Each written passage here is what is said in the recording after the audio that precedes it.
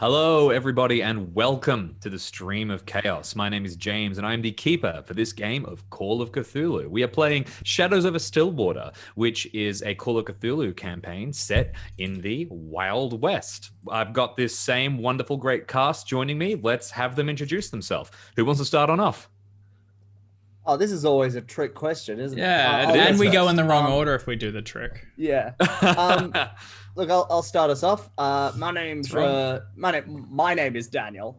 I play Griff Gutherson, who is an aging mountain man, big bear of a fella. And last week I was battling the demons in the bottle, but I think with the help of my friends, I got through it. I think. Fantastic. Well, the horrors of the Cthulhu mythos can drive many a person to the bottle, and it's good that Griff was able to put those worries to bed. Who wants to go next? Hi. Yeah, the longer this goes, the better we are at this. Hi, I'm Art. I played Dr. Joseph Waite, and last session I stopped Griff becoming an alcoholic and spoke parcel tongue to my mentor. Yes, you have returned to visit Doc Hackney, and it's been discovered that you both share a common fascination with an ancient serpent language. Do you reckon they have Duolingo for that? Probably. You'd think so. Anyway, Mac, why don't you go next? Hey, I'm Jackson. I'm playing U.S. Marshal Jeremiah MacDonald, who was last seen having some heart-to-hearts with some of his posse members. Forgave Griff for sending an axe to his chest, and a little bit about the mysterious Dr. Hackney from Joseph. Okay, fantastic. And last but not least, of course, Grease. G'day, I'm Dave. I play Deputy Grease. I have a badge now, and I intend to use it. Most recently, I have, what's the term? Taken it for a spin by breaking and entering. Oh, and now I'm stuck inside someone's house. Please come help me. Things are It's just bad. perfect. All right. So for those of you who are just joining us, remember you can catch up with the adventures on YouTube as well as watching us here on Twitch. Remember to subscribe to our YouTube channel because it helps us a lot. And let's give you a quick reminder of what's happened so far. So our investigators are tracking down all the members of a group of people called the Green-Eyed Gang. Now, all the members of the Green-Eyed Gang so far have been involved with strange, eldritch, horrible activity. And all of them have spoken about links to a fellow called Christopher, the leader of the Green-Eyed Gang, or at least that is the presumed identity of the leader. Now, the final member of the Green-Eyed Gang, aside from Christopher, is Juliette Scanlon. And our investigators have tracked Juliette Scanlon to the Scanlan Ranch in New Mexico, where they are now camped outside and awaiting an opportunity to investigate exactly what is going on, perhaps track down Juliette Scanlon, but also speak to Doc Hackney, Joseph's mentor, who is at the Scanlan Ranch, supposedly treating people for terrible illnesses and working miraculous cures upon them. Oh, and there seems to be a rivalry between the Scanlans and the Romeros, who own a nearby ranch that kind of surrounds. It's in the process of eating the Scanlan Ranch like a Pac-Man, essentially. Yep. Great. I'm imagining like a big letter C closing around an O, I guess. I don't know. Oh. That's a weird way of describing it. That is picturing it. That is great. That is absolutely correct. So let's jump in and let's pick up basically exactly where we left off. So Grease, you are under a bed upstairs in the Scanlan Ranch. Missing a boot. Your boot outside to make people think that you leapt away and escaped, and you're currently hiding. Meanwhile, downstairs, outside technically the walls of the Scanlan Ranch, since you were kicked out by one of the owners of the place, is Griff, Mac, and Joseph. Joseph, you have just lent in and you have just spoken to Dr. Waite, who has spoken to you in Narcal. And upon hearing you respond, an expression slides across his face that is halfway between joy, ambition, and I guess fear, I suppose. Some kind of emotion that vanishes as quickly as it appeared. And a moment later, the doctor nods and smiles and says, yes, all right, good. Come on inside. Why don't you quick, Joseph, through the gate? What are you doing on the outside? And turns and tries to lead you back in. Oh, you don't mind if my friends come along with us? We've had a mighty long trip. Wouldn't mind something to eat, somewhere to rest. Your friends? And he turns back and gazes over the collection of you and seems to be thinking for a second. He says, well, we have so much catching up to do. Surely, can you make a persuasion check for me? No. Okay, I mean, Can I help her with my natural easygoing charm? yes, sure. And if you crit the intimidate, Yeah, you know, no. That's pretty good. That's pretty good. well, not bad at all. Outstanding. Okay, that is a regular success. With a regular success, which admittedly, very, very well done, the doc kind of looks you up and down and, all right, I suppose I can't begrudge you one guest, but surely you'll need at least one of them to stay with your camp and guard to your effects. The people here, they can see things when they're left alone.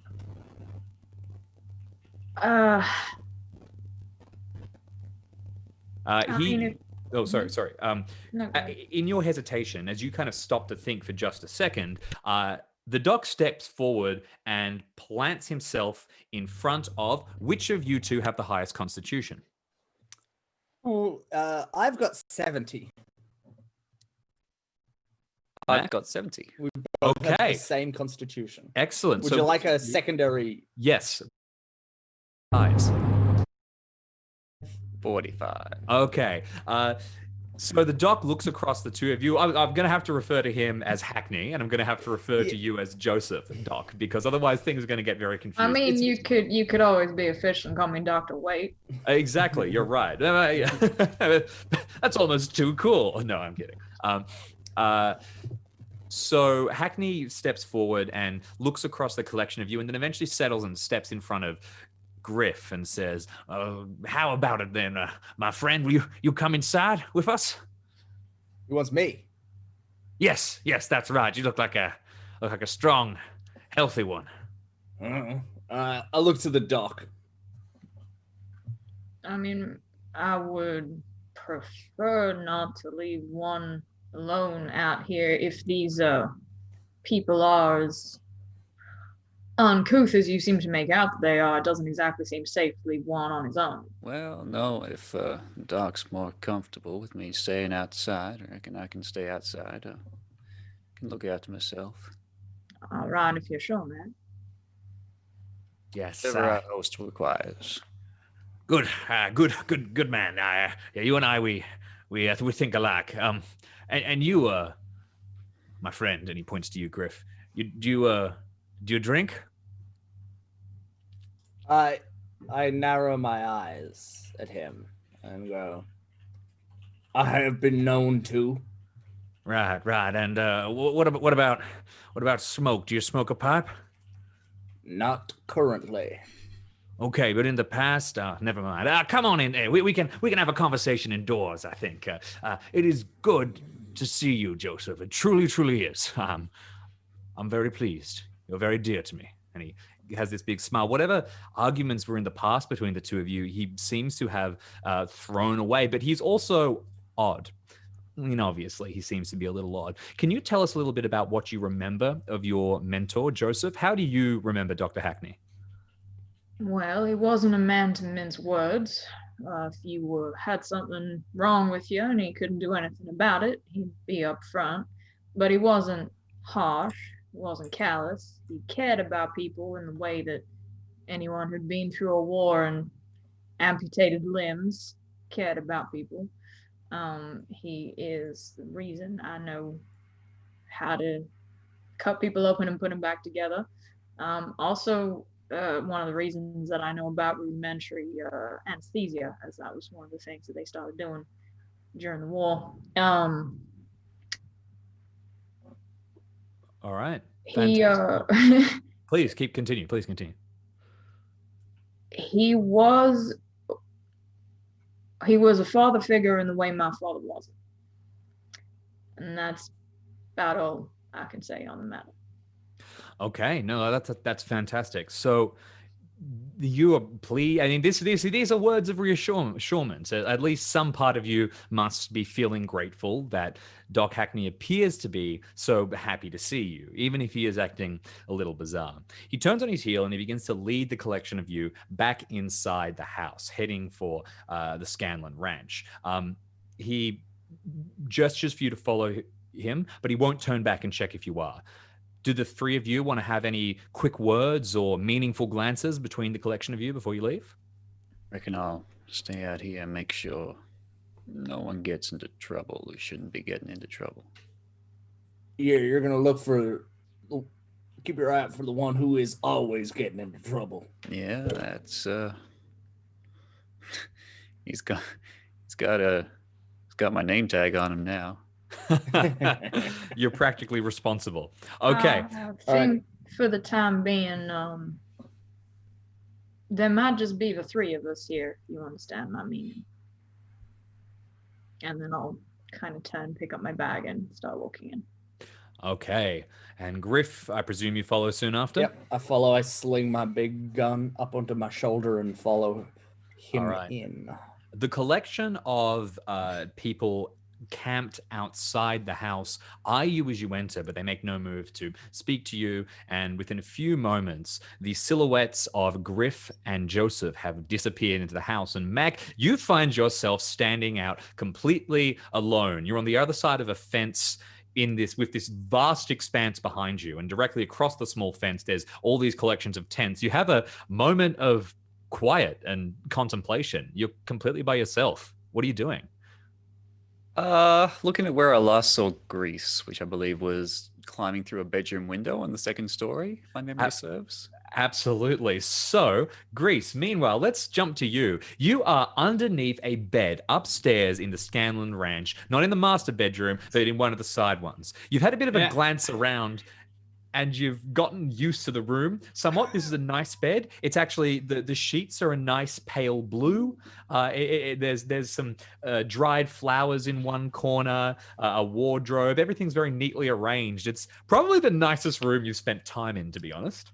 I mean, they're real classy in here. I like how they decorate the whole thing. They got that sort of, they got paintings up on the walls and whatever else. It's real fancy. I mean, they got a culture to them, I'll say that. Absolutely. Now, meanwhile, currently you're admiring the bottom of the bed. Is there anything else you'd want to look at, or are you going to try moving around, or are you just going to wait? You know that eventually this room does look lived in. Yeah, Someone's probably going to come here and go to sleep. Yeah, when I do, I'd probably rather be under the bed than in it or nearby. I mean, if I reckon I got a moment or two, I'll nip up to the window, keep an eye out for the others and everything. Sure, you can duck up and peek your head over the window just in time to see Griff and Joseph step inside the house. You can also spot Mac out on the other side. Oh, hell. Mac!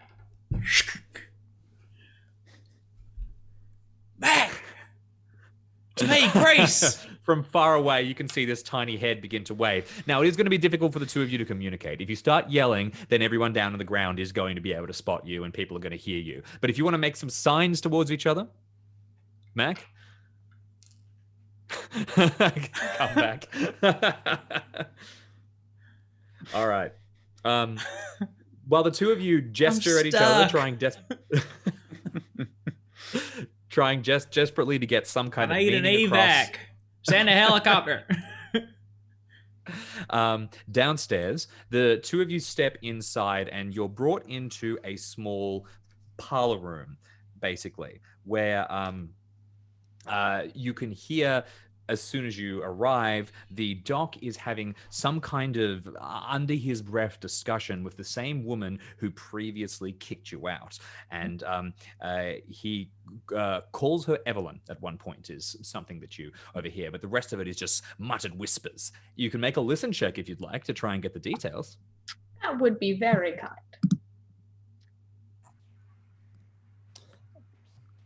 Okay. Unfortunately not. They're doing their best to kind of lean sideways. This is clearly a private conversation. In fact, when you come in, they're doing their best to kind of very quickly wrap things up. Would you like to push this roll? Can I encourage you to step forward? They'd have a lot of difficulty finishing things up, and you might be able to catch a word or two. But if you fail this roll, you'll have visibly tried to eavesdrop.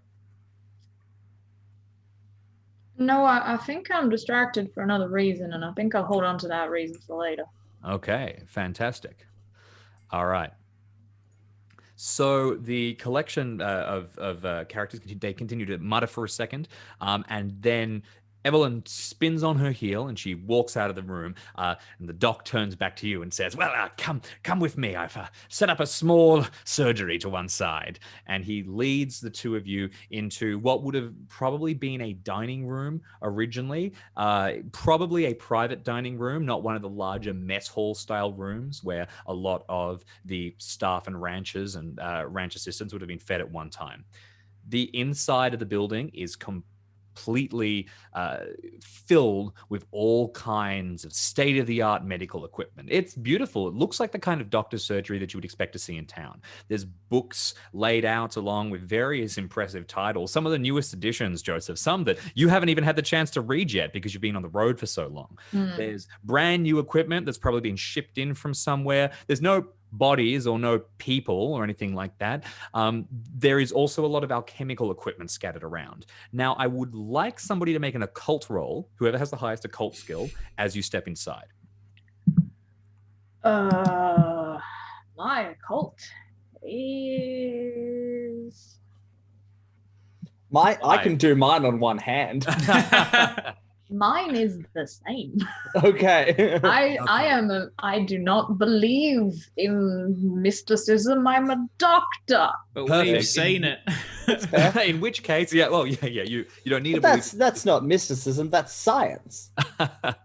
Absolutely. That's true. In which case, none of you notice something a little odd, but we'll leave it at that. The doc steps inside. I mean, can I have a roll at it? Sure. Look, it's 5. Yeah, you can have a roll. One of you, not both. Decide amongst yourselves. It's a bit I stingy, would- keeper. I would be more interested in like if there's alchemical things. Yep. I'm a doctor. Yep. I'm a pharmacist. Yep. And I'm a biologist. Are you Yep. telling me none of those things count? No, you can have a look at the pharmaceutical things, but you will be getting information about the pharmaceutical things, not about The occult. not about the occult thing. Unlike me, who is about to roll a failure. Ooh, Okay, it's so luckable. you can make Wait, a. a I'll tell you what. Why don't you make a pharmacy check? 24 points of luck. Push it. For information. Well, we'll find it out All eventually. right. So first of all, Joseph, can you make a pharmacy check? Apparently not. Apparently not. In which case, just roll a d100. Let me know Well done, if you gang. succeed and fail. Meanwhile, Griff, now I know you don't want to spend 25 points of luck. That's 24 points of luck. That's just too much. So can I encourage you to? You're a little restless and you pick up the first thing you see and start playing with it. No, I won't do that. No. No, with a 5%. Why would chance I? of not doing something. Yeah, Aw. I'm gonna go into this I random don't know. room and pick up some of this chemical stuff and start playing with it. No, keeper, I refuse. Okay, fair enough. Good idea. How are we looking on that pharmacy check? 58? 58 under 68.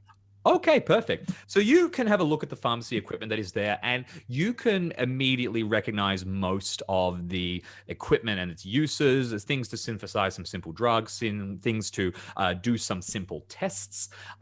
Some of it you are a little set on edge because you recognize it as the kind of things that you put together when you were researching some of the narcal information that you got. These things aren't eldritch in nature themselves, but they're sort of odd base chemicals that maybe no one would be particularly interested in unless they knew the secret recipes and secret tactics which can unlock the true properties of these materials.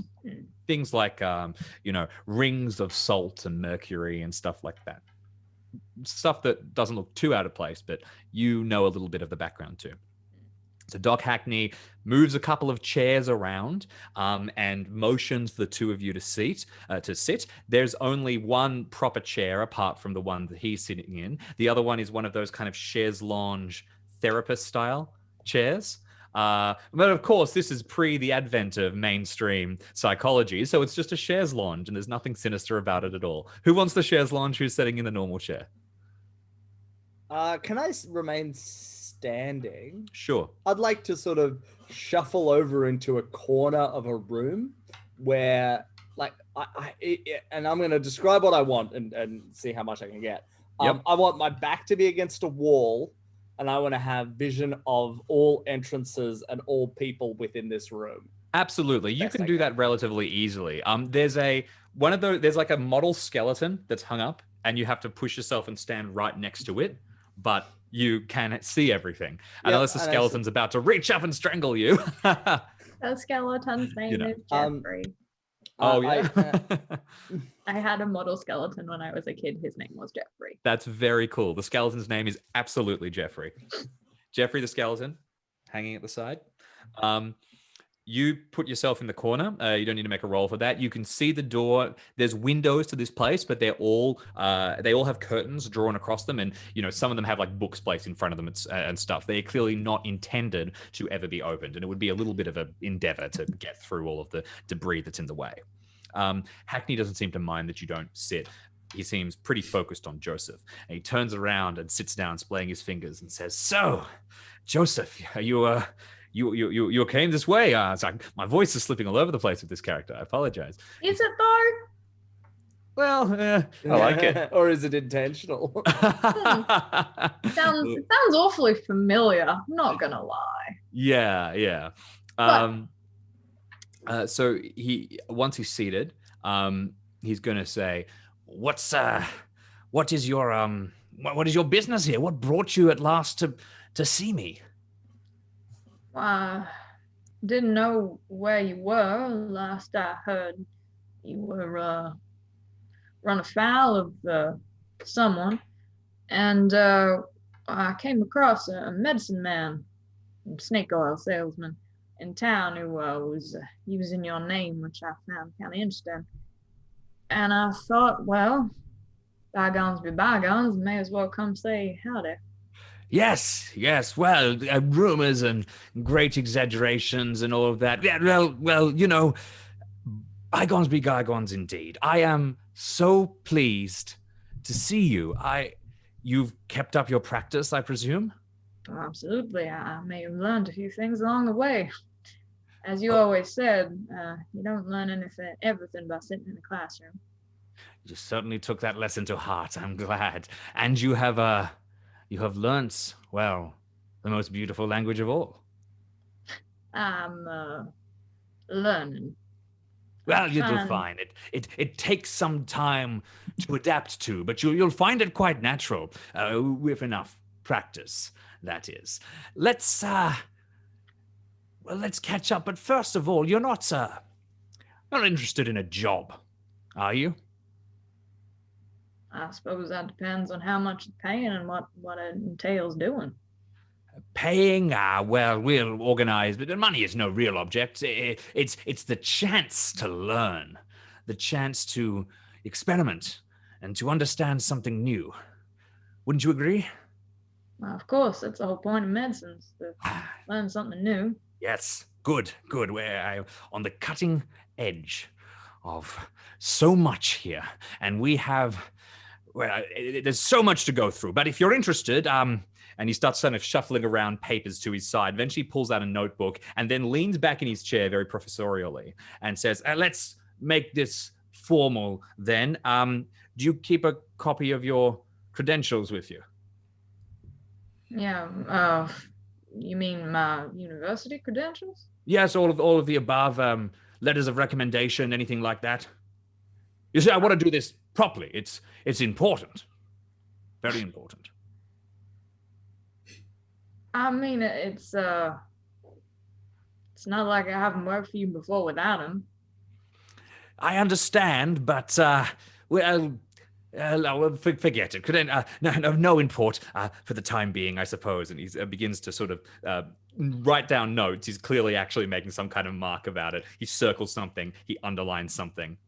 And then leans back and says, and your recent practice, what have you been doing, specializing in the last few weeks, months, years? Specializing? Did you really think I specialize out here? I do anything that needs doing. I pull bullets out of wounds. I stitch up, folk who cut themselves. I may or may not have relocated an arm when someone got kicked by a horse. I've performed a handful of surgeries, plenty of things I've done. Wonderful. And would you describe yourself as well adjusted to working under duress? I think you know me well enough for that, Doc. Good, good. Now, Griff, you're eyeing the doc this entire time, sort of wondering exactly what's going on. What's going through Griff's head? I don't trust this guy, I mean, but I trust the doc, and I'm gonna follow the doc's lead. Whatever Waite wants, whatever he wants, I'm gonna do. So I'm just gonna sit here and make sure that no one's sneaking up on anyone. Everything's fine. Okay. So the doc is going to continue to talk exhaustively, blabbering with a fountain of words. And you said that previously the doc was not particularly verbose, more sort of blunt and to the point. This is a change in some way. And as he continues to talk, the sun will continue to set, gradually falling through the sky. And I would like to ask what our friends outside are doing. Grease, we talked about you sending a message or waving and gesturing towards Mac. Is there anything else you would like to do inside the room, or are you going to plant yourself and wait for somebody to come in and wait for people to be asleep? I mean, that sounds sensible, so I ain't leaning towards it. Is Mac able to tell me anything? I mean, I saw the others go down, but I don't know if he wants anything. Aside from get out. Yeah, I didn't get that one. Oh, okay.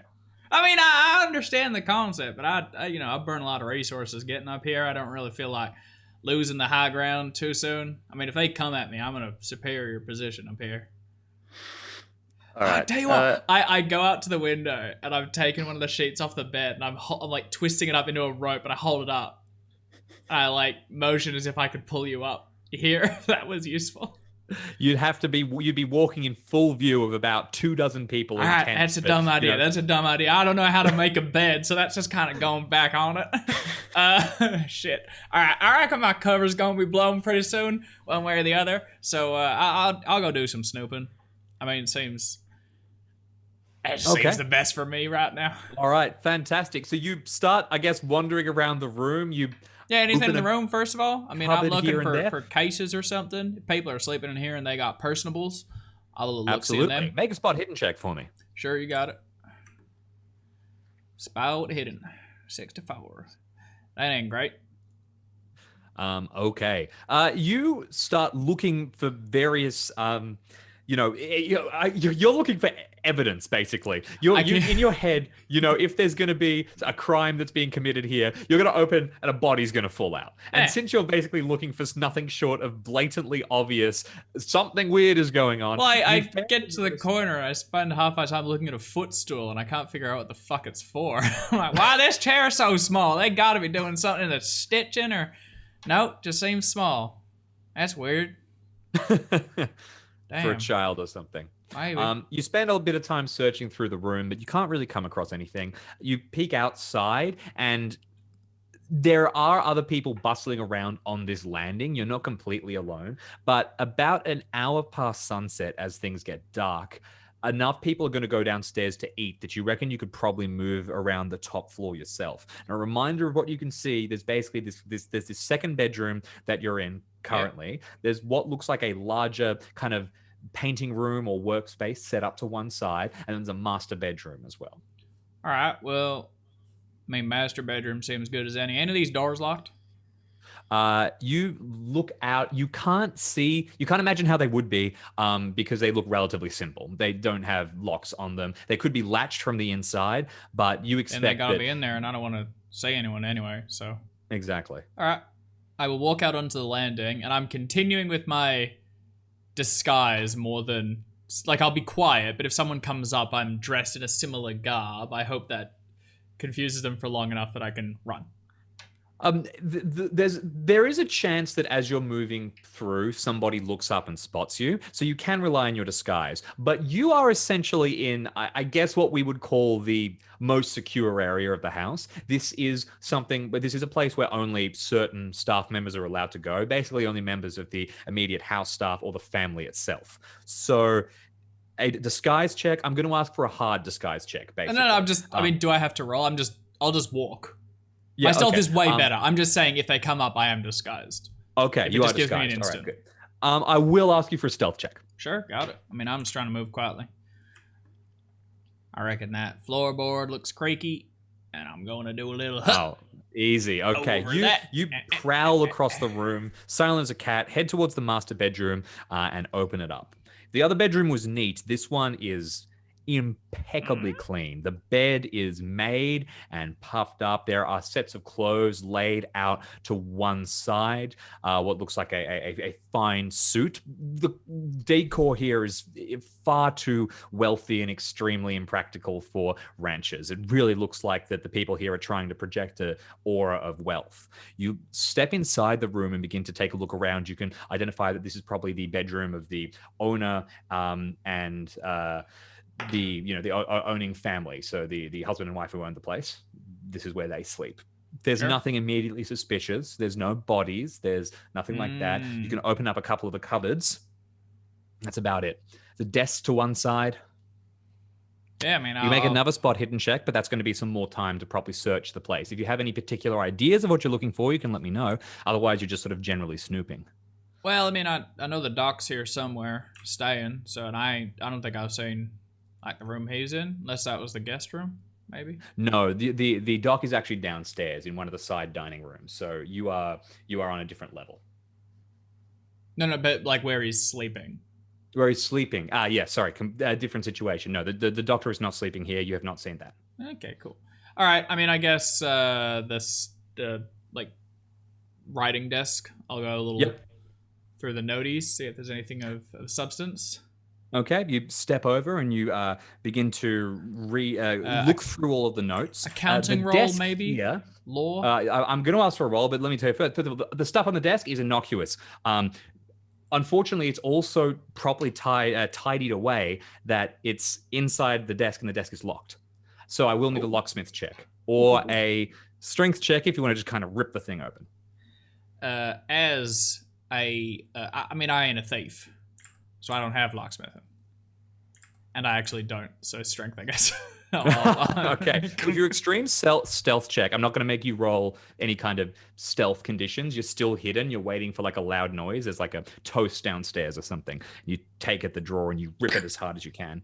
Make your strength check. If they have like a little letter knife, I jimmy it in and snap it up.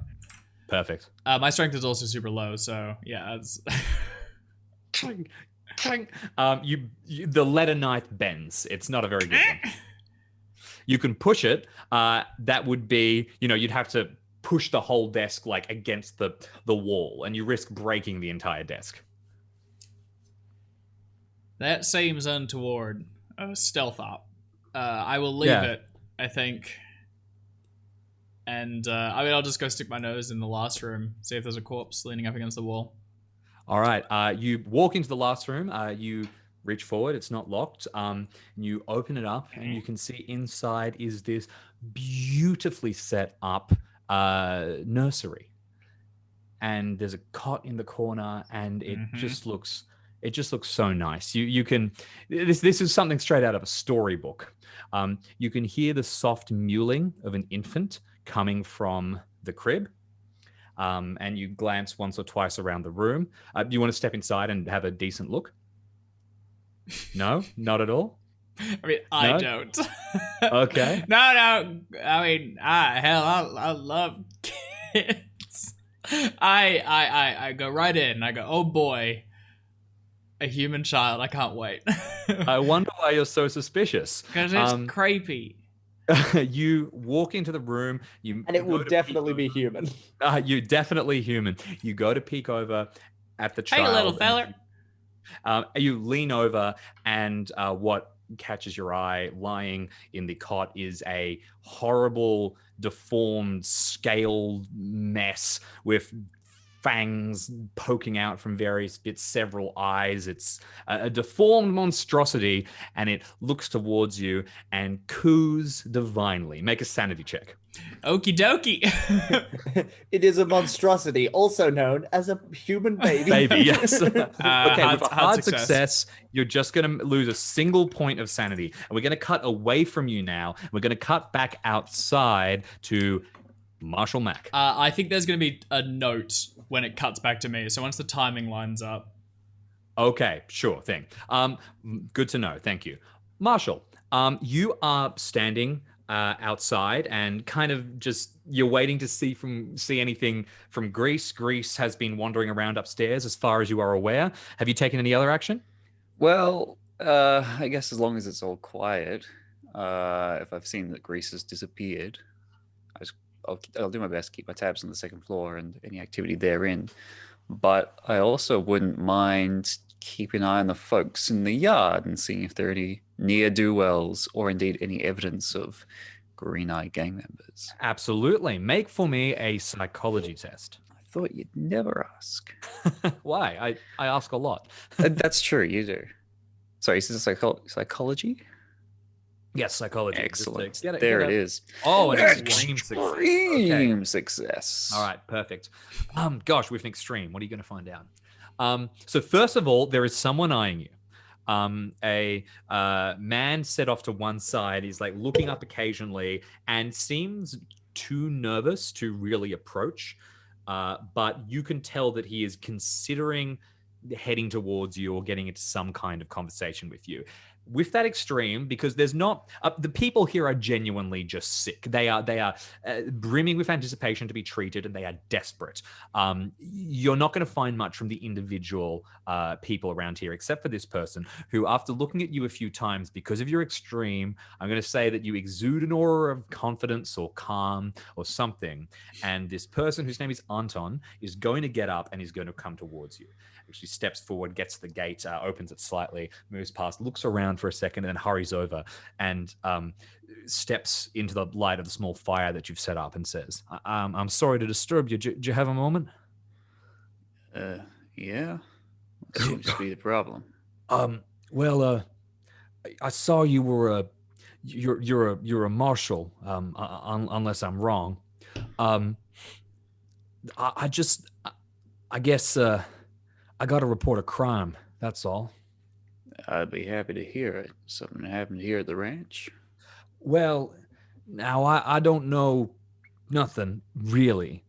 And well, I was hesitating to say something because I didn't want to upset anything at the ranch. You know, so many people here, myself included, we need to see that doctor.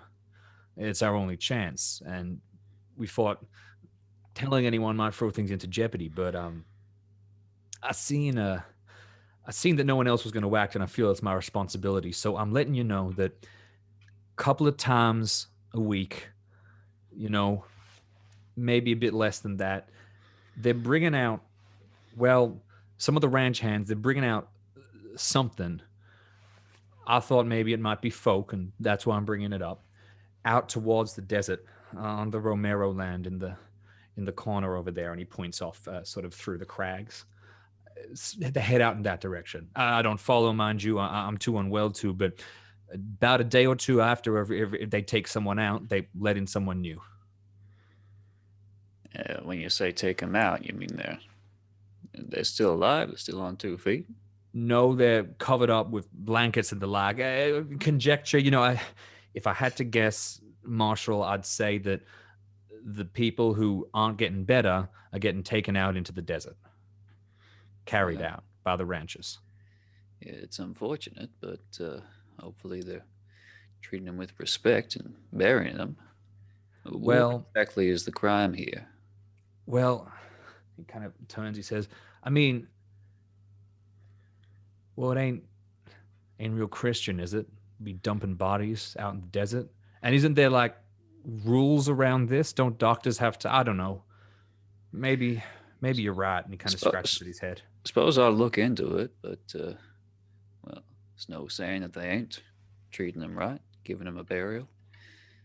Sure. Now you say whenever they take a body out and let someone in, are people coming out better than when they went in? Sometimes they do, sometimes they don't. Sometimes. Can you put a figure on that for me? Oh God, well, I haven't been here that long, but I've seen maybe 10 people go in, maybe 4 come out. That's not a great success rate. Why exactly did you come all this way? And he coughs again. He kind of says, "Well, because if you're missing arms, if you're going blind, if you're going to die anyway, 40%, that's not so bad." But what exactly have you heard about this doctor? Makes you walk across the desert. Well, we heard that he's magic. Heard that he can regrow limbs. Heard that he can cure blindness. Heard that he can even make you stronger, make you smarter, make you able. I don't know, everything. Every kind of story under the sun. The same kind of web of lies that snake oil salesmen spin. But but this time they seem to be true. And have you seen anyone come out with an extra arm or leg? No, I haven't, but I have seen folk who were coughing up blood, look like they'd be gone in a day or two, come back looking right as rain. Well, afraid we ain't seen a real miracle worker walk the earth in quite some time. I think you gotta temper your expectations, not believe everything you hear. Okay, well, thank you, Marshall. And he kind of turns and he'll hurry back inside away from you. Okay. Let's jump back quickly to Greece. You said you had something else you wanted to add? Yeah, I mean, looking down at this little feller, he's sort of cooing and things. I mean, he seems friendly enough. Yeah, so you managed to get the shock sort of out of your system for a second. Yeah, he's look, there is a certain amount where the cooing has a kind of slightly spooky edge to it. But for what it's worth, the child is not leaping up and trying to tear you apart or anything like that. It seems to be relatively fine. Because my first instinct was to give it something to teeth on, and pull the trigger. But let's not. And instead, abduction. Okay. Hey, little buddy, you like them blankets you're in? I start wrapping him up. Come on, I'm going to take you to see Mac. Perfect. He's a marshal. Start wrapping up the small, monstrous child thing and pick it up. Dibs. I would like you to make a charm check. Hey, little guy. Wow, you got a little rattle in there, and you chewed the shit out of that. Them teeth are sharp. Come on. Okay, Uncle Greasy's got you. You pick up this baby and it seems relatively chill. It does kind of grab at you how babies do with oddly strong hands, and there's nails on this one and you're kind of Damn, you got a grip on you. I bundle him up so he's swaddled, so his little arms are, Yep. Can't get a grab on him. And I go, come on. We're going out the window. Okay, you're gonna try and get back down. So you take the baby out and you creep out. It's pretty dark right now, so nobody can see you. I'm not gonna make you roll another stealth check, but you come up onto the roof and move across. You're kind of glancing behind you. This is gonna get discovered relatively quickly, or at least so you assume.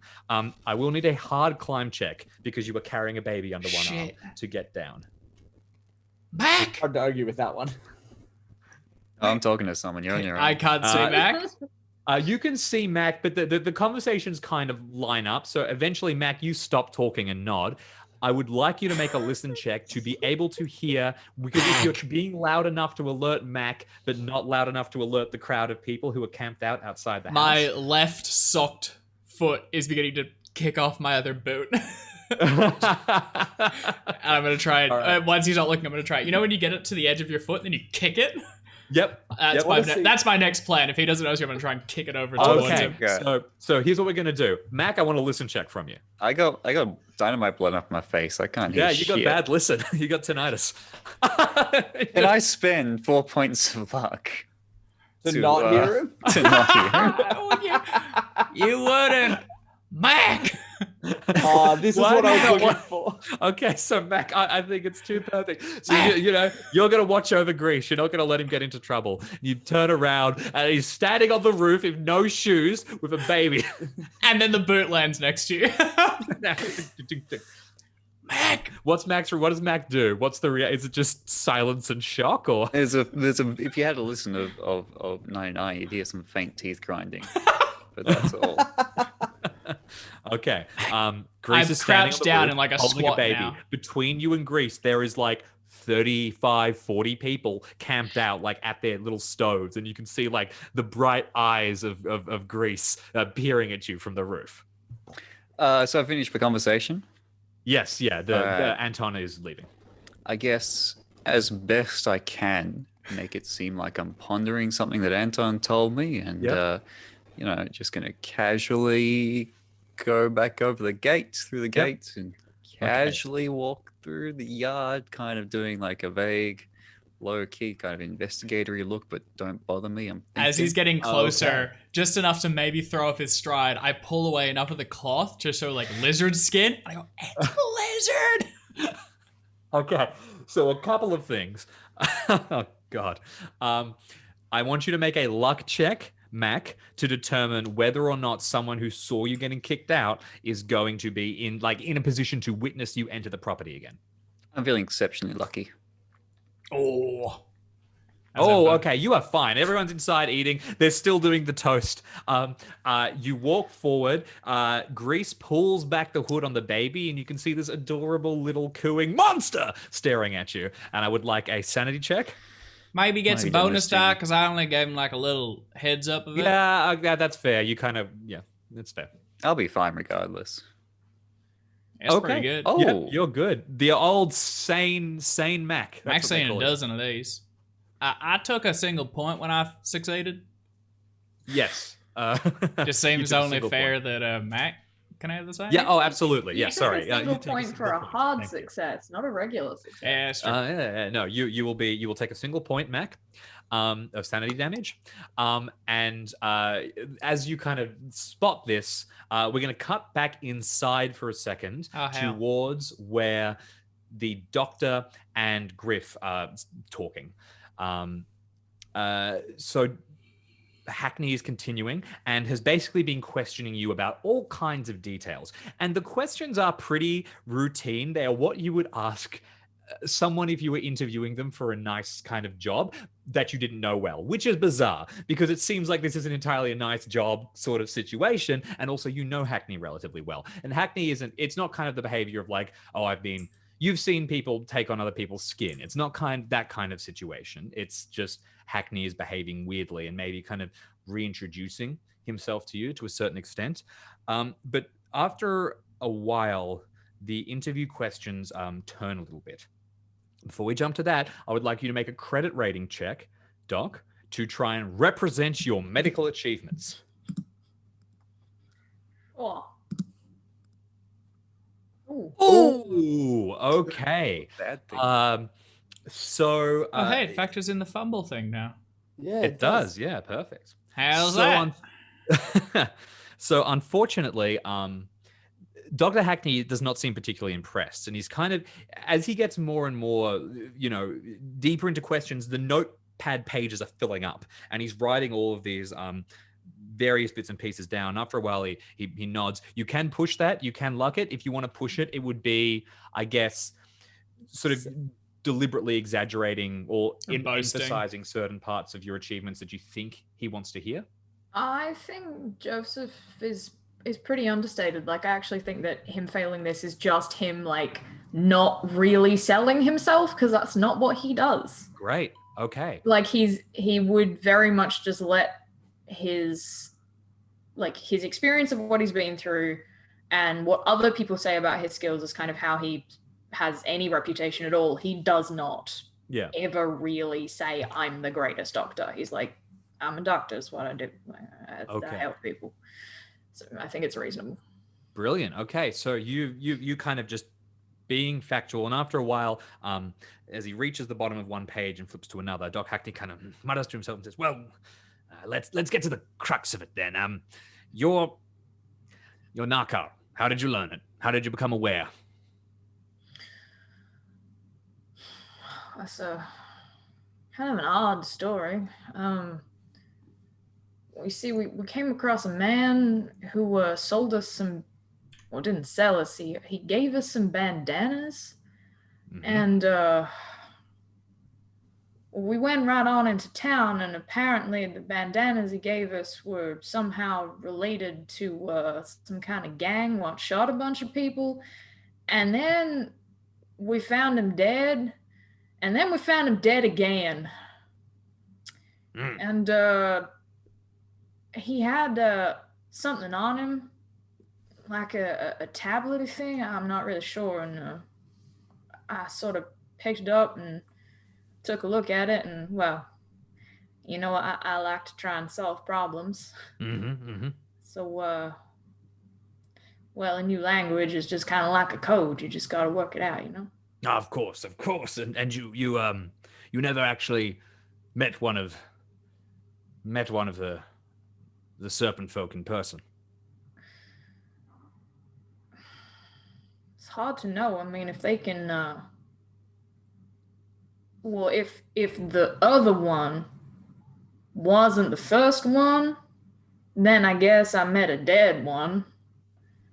I mean, he sort of had, I mean, I did an autopsy just to work out what it was that killed him, and there was some strange things inside, kind of long lungs, bit of scales. I put it down to, you know, funny eyesight, but then I started reading, and well. Okay. So what causes Joseph to lie here? Because you have absolutely seen very up close and personal some of these serpent folk. Why doesn't Joseph tell the truth to Dr. Hackney?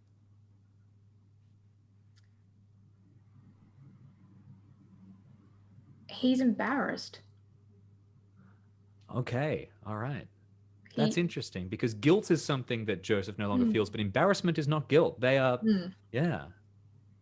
I think if you want me to elaborate, I can. Please, jump in. Joseph has always been very good at what he does. He's very good at absorbing knowledge. I think it's more a case of, if he's met one, why hasn't he learnt more? Why doesn't he already know more about them? Why didn't he talk to them? Why didn't he communicate with them, as opposed to like, oh, I met a dead one and I've like, this is all I've managed to work out thus far. That's part of it. And that's the part he's leaning into. I think there is another part, but Joseph is not consciously thinking about it.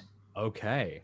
All right. Brilliant. We'll jump back to that. I'm interested in that other thread. We'll jump back to that in a second, because that is a lie, and I will be asking you for a fast talk check. Hey. I mean, Now, if I get... I think it's just straight roll. I can't think why I'd be giving you advantage here. Vibe. I mean, my fast talk is 5. Joseph is not good at lying. Okay, not brilliant. So, Yeah. I think it's a straight roll for the time being. that's fair. I am not going to argue anything else at the moment. Okay, perfect. Ooh, 22. That's okay. It's in the That's in the ballpark. It is. The eyebrows of the doctor slowly begin to slide down. You learnt Narcal entirely by rote, but your accent, and he starts to sort of like lean in. You can luck that down to a success, or if I can encourage you to push it, you could try and sort of throw extra detail into the lie, do that casual thing. No? I think, given I have 79 points of luck, and I'm kind of curious to see where this goes. I think you may have 22 points of luck for this. 22 thing. points. I think Thank it's you. 22, I am honored. In which case, he is going to, like, his eyes widen as you say this, and you learned that. Fantastic. You have so much you'll be able to see. In fact, come with me. Let's go upstairs. I'll show you one right now. And he stands up and he begins to walk towards the door, just as you were standing on the roof. And we're going to go to break a little bit early this time. So stick around. You will see if Doc Hackney catches Grease in the act. And if not, the enormous chaos that will erupt as soon as it is revealed that the baby is missing. See you soon.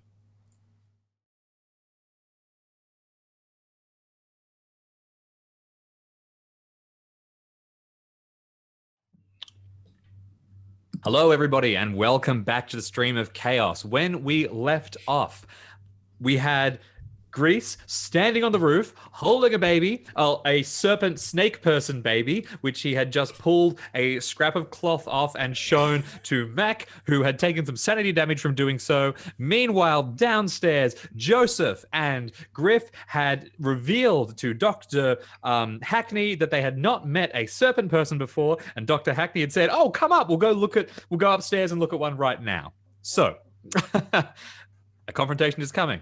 Let's see how it goes. Upstairs, what exactly is the plan here? You're standing on the roof, Grease. You're getting ready to move. You can see Mac approaching rapidly. I told you a hard climb check if you want to try and get down while still holding the baby. I mean, I'm going to wait until he's close enough and I can talk to him first. Okay, Mac. I mean, there is no reason to rush. We don't know that anyone's coming, so we got a moment. Let's take this slow and plan it out. Exactly. Mac, you got through the crowd of people, but it takes you a few seconds. You pull your coat around you and you arrive right below. No one's looking at you, so you kind of crane your head up. And what do you say? Mac! You coming down? Yeah, but I found some sort of monster up there, first of all. It's like a kid or something that they've been turning into a lizard. I don't know if it's a kid first and a lizard second and the other way around, but either way, I didn't want to leave it in there. Well, you just made things a lot harder. Why don't you just get down here and we'll get some space? Well, 'cause I can't get down with it. You're gonna need to catch it. And careful, it's fucking grabby. And it's got big old claws on the end of its fingers. It Talons, managed to maybe. weave out one of its hands and is kind of reaching for Keeper, what kind of skill would it be to Throw. catch a baby? Just so I know my chances of success here. Sleight of Okay, hand. I was about to say objectively Throw. it is a throw check, but before I could, Grease yelled throw. So yeah, it's going to be a throw check if you want to. I mean, Throwing is catching. I It's I couldn't robust. argue a hard dex, perhaps.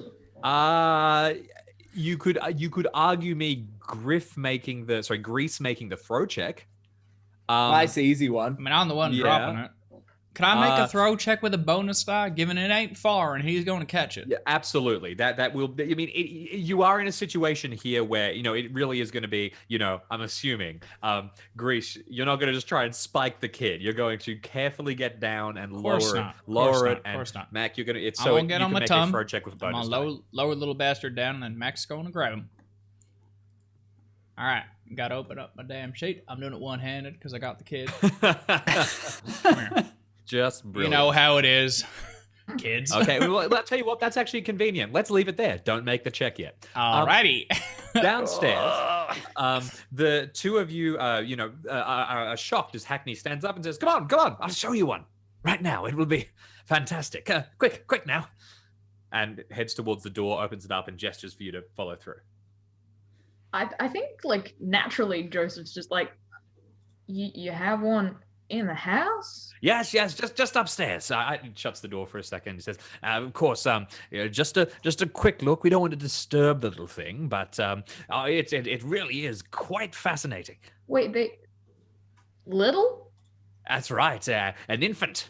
Well, I suppose technically infant only refers to a young primate, so hatchling might be more accurate. Where'd you get it? Get it? Well, my friend, what's your medical credentials?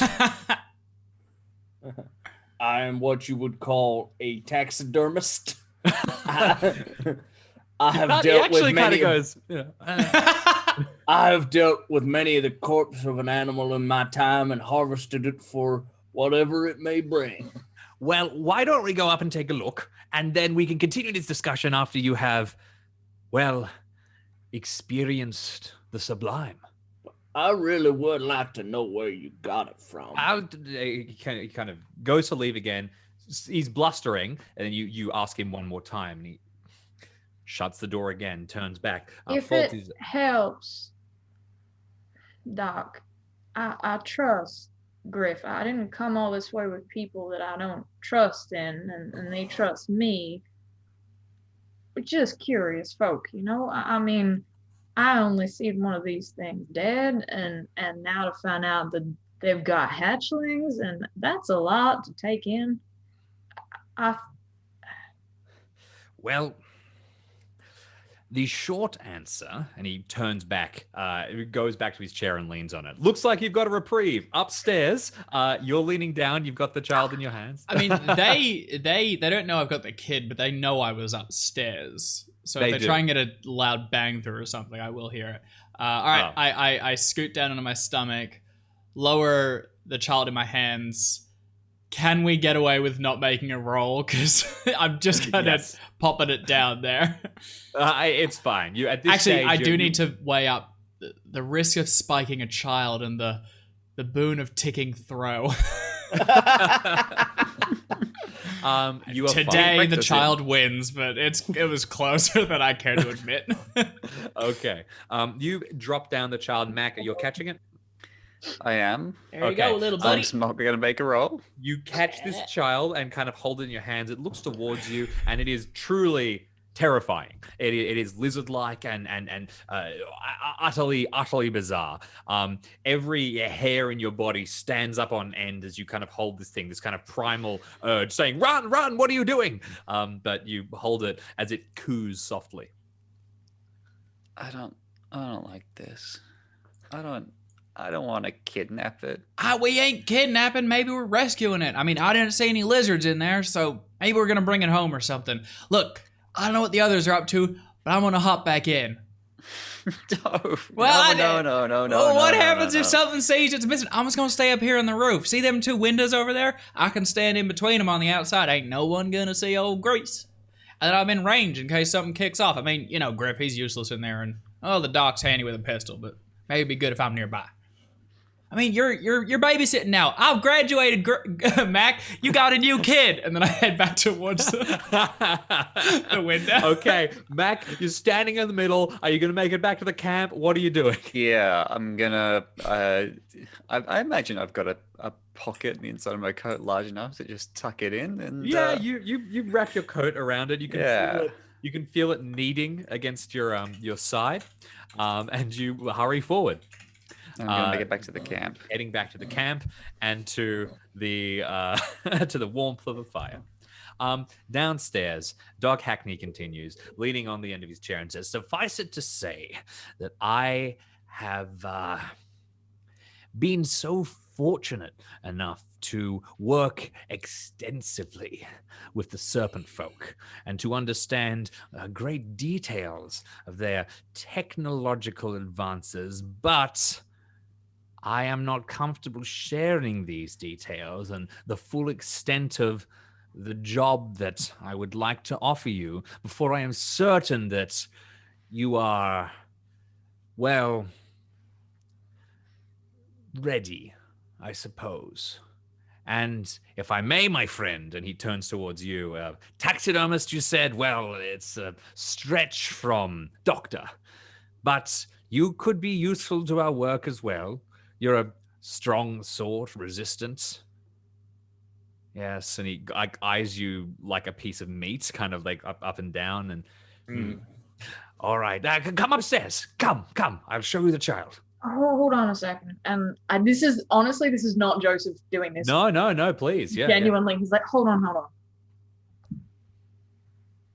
He's gonna reach into his bag and he's gonna pull out the 3 things. He turns and, well, you certainly were fortunate in what you discovered. Actually, he probably has like 1, but he's got another one in his hand and puts it back in the bag. Reaching out, I best take those from No, you. I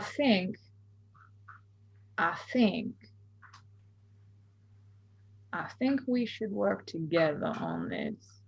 Yes, very much so. I would dearly love to examine those. Well, how about this then? We sit down and you tell me about this new fandangled stuff you've been working on, and maybe you can help me translate these because my knockoff's a little rusty. Can you make me a persuade check? Absolutely. Can I have a bonus die for this? Because I have something he wants. Yes, absolutely. I That's probably not going to help me because my persuade is shithouse. And I'd Feel also good? like both of you to make a psychology test. Okay. That could be better. That That could still Okay. be better. 4, 7, 4. Not great. Oh, Okay. On psychology. You okay? you know all what a right. I'd like chaise that lounge animal is now. 40. So psychology is 42. I failed the persuade, Okay. not awfully. Um. Just I did. So you can see just you can see Doc Hackney's face fall, and there is very much like he hides it very well, but there is a flash of very real kind of anger and hunger at those discs. He wants them, and with just you got a hard success, Griff.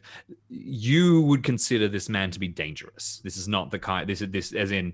The senses that have kept you alive for so long in the wild are saying, I am in physical danger right now. And he doesn't look particularly intimidating physically, but your heart begins to beat and you can feel your muscles tighten up and the sort of sick excitement you get before combat beginning to rush through your body. Okay. I would, in that case, I would like to swing my rifle off my shoulder. While it is at my hip, in a very sort of like I'm not about to fire at him, but I've got a gun pointed at him. Okay, So, I would like a sleight of hand with a dive advantage because he's not particularly focusing on you. Okay. Let's try that. I am not especially good. Let's go. This is first one. Don't be so hard on Best yourself. skill in the A little game. bit of a bonus. No putting points in these. Sorry. Oh, it is. Oh, there it is. Yeah. Okay, that is a complete failure. He will see me do so. You could push it by doing it really, really quick, but if you fail, the gun will go off. No. Okay. All right. You swear. All right. So he looks and he spots the gun. And he begins to kind of look around quickly and says, "Yes, work together." I think it's time we all calm down. Those doodads there belong to the to the doc, my doc, not you. All right. So don't get any funny ideas. All right. I won't, taxidermist. There's nothing funny about the work that I'm doing. Well, If it makes you feel better, I don't mind lending this one to you overnight if you want to take a look, make sure it's the real thing. As I said, my knockout's rusty. I'm not here to make a fuss. Sorry. I think that might be best. Perhaps you lend me one and we'll talk again in the morning. It's getting rather late. I mean, I was kind of, and like Joseph, I think genuinely like slumps a little and is like, Yeah. I mean, I was kind of hoping you could tell me what it said. Well, I suppose, but so why don't you? Why don't we take a look at it together now? You know, that would be mighty fine. All right, I have a device set up, and he sort of gestures towards one side where you can see a collection of lenses, and moves towards it, motioning you over, Joseph. Yeah, I'll go over and put the thing in the lens and just kind of be fascinated by it as I have been for ages. All right. I'm watching this guy real freaking closely. Real and making close. Sure, like I am like, I'm like, and to sort of the detriment of, perhaps to the detriment of my vision of the rest of the room. Okay, good. I've now got this focus on him, and I'm worried about him. Have you moved, or are you in the same place? I'm probably in the same place, Okay. or I might have had to move out a bit to You have a good. my gun at the You have a side. good eye on him, Yeah. and you've got the gun up now. Yeah, explicitly hostile. Well, it's in my hand. Yeah. I'm not aiming, but it is in my hands. Yeah. It's probably pointing at him. It's as good as aiming. That's I pretty guess. hostile, yeah. Yeah, it is pretty hostile, but it's like that standoffy sort of aspect of a Western where it's like we're all got guns pointed at you. Well, I've got guns pointed at You we're all on the So- same level. We've all got guns pointed at each other. You're the only one who brought a gun. We're doing He- research. he leads Joseph towards the other side of the room. So they're on the other side of the room now. Are you following to the other side of the room, or are you staying where you are from your vantage point? Which would be kind of like a step back in escalation, in that you have your weapon ready, but you're not like actively hovering over him. Okay, yeah, I'll step back in escalation then. I'll stay where I'm at, and I'll lay my gun across me, not pointed at him anymore then. But I'm watching him real freaking close. So the doc leads you, Joseph, towards the other side, and sort of begins to sort of move these sets of lenses that he has, similar to the contraption that you improvised to read this thing. And as he's going, he's just going to lean down and he's going to whisper something to you. Griff, can you make a listen check? Yeah, I'd love to. As previously stated, the grenade that went off before that deafened Mac also got me. Nope. Okay, but you're only, what, 18 points off? Oh, far out. Yeah, I am. Sorry, let me just check how much luck I've got in total. Oh, I don't have a lot. I spent a lot of it to get it like a really good shot one time. Or you set off the lightning kids. That was pretty damn cool. It was tight as hell. No, I'm going to stay as where I am and keep watching them, but I cannot hear them. All right. Joseph, Hackney whispers to you, get your ape out of here. I will looking at the device, I will side eye him and say,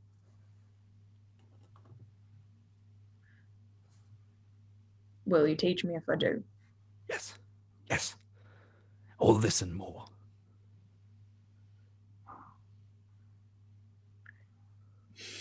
Hey, Griff.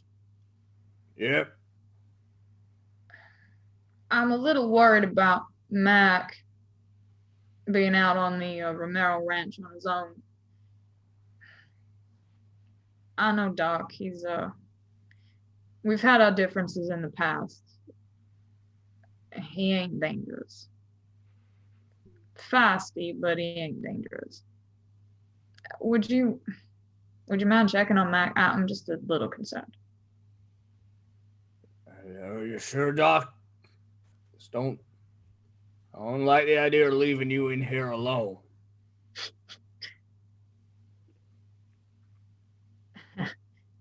I mean, I spent many years in a surgery with this man. He could have cut my head off plenty of times.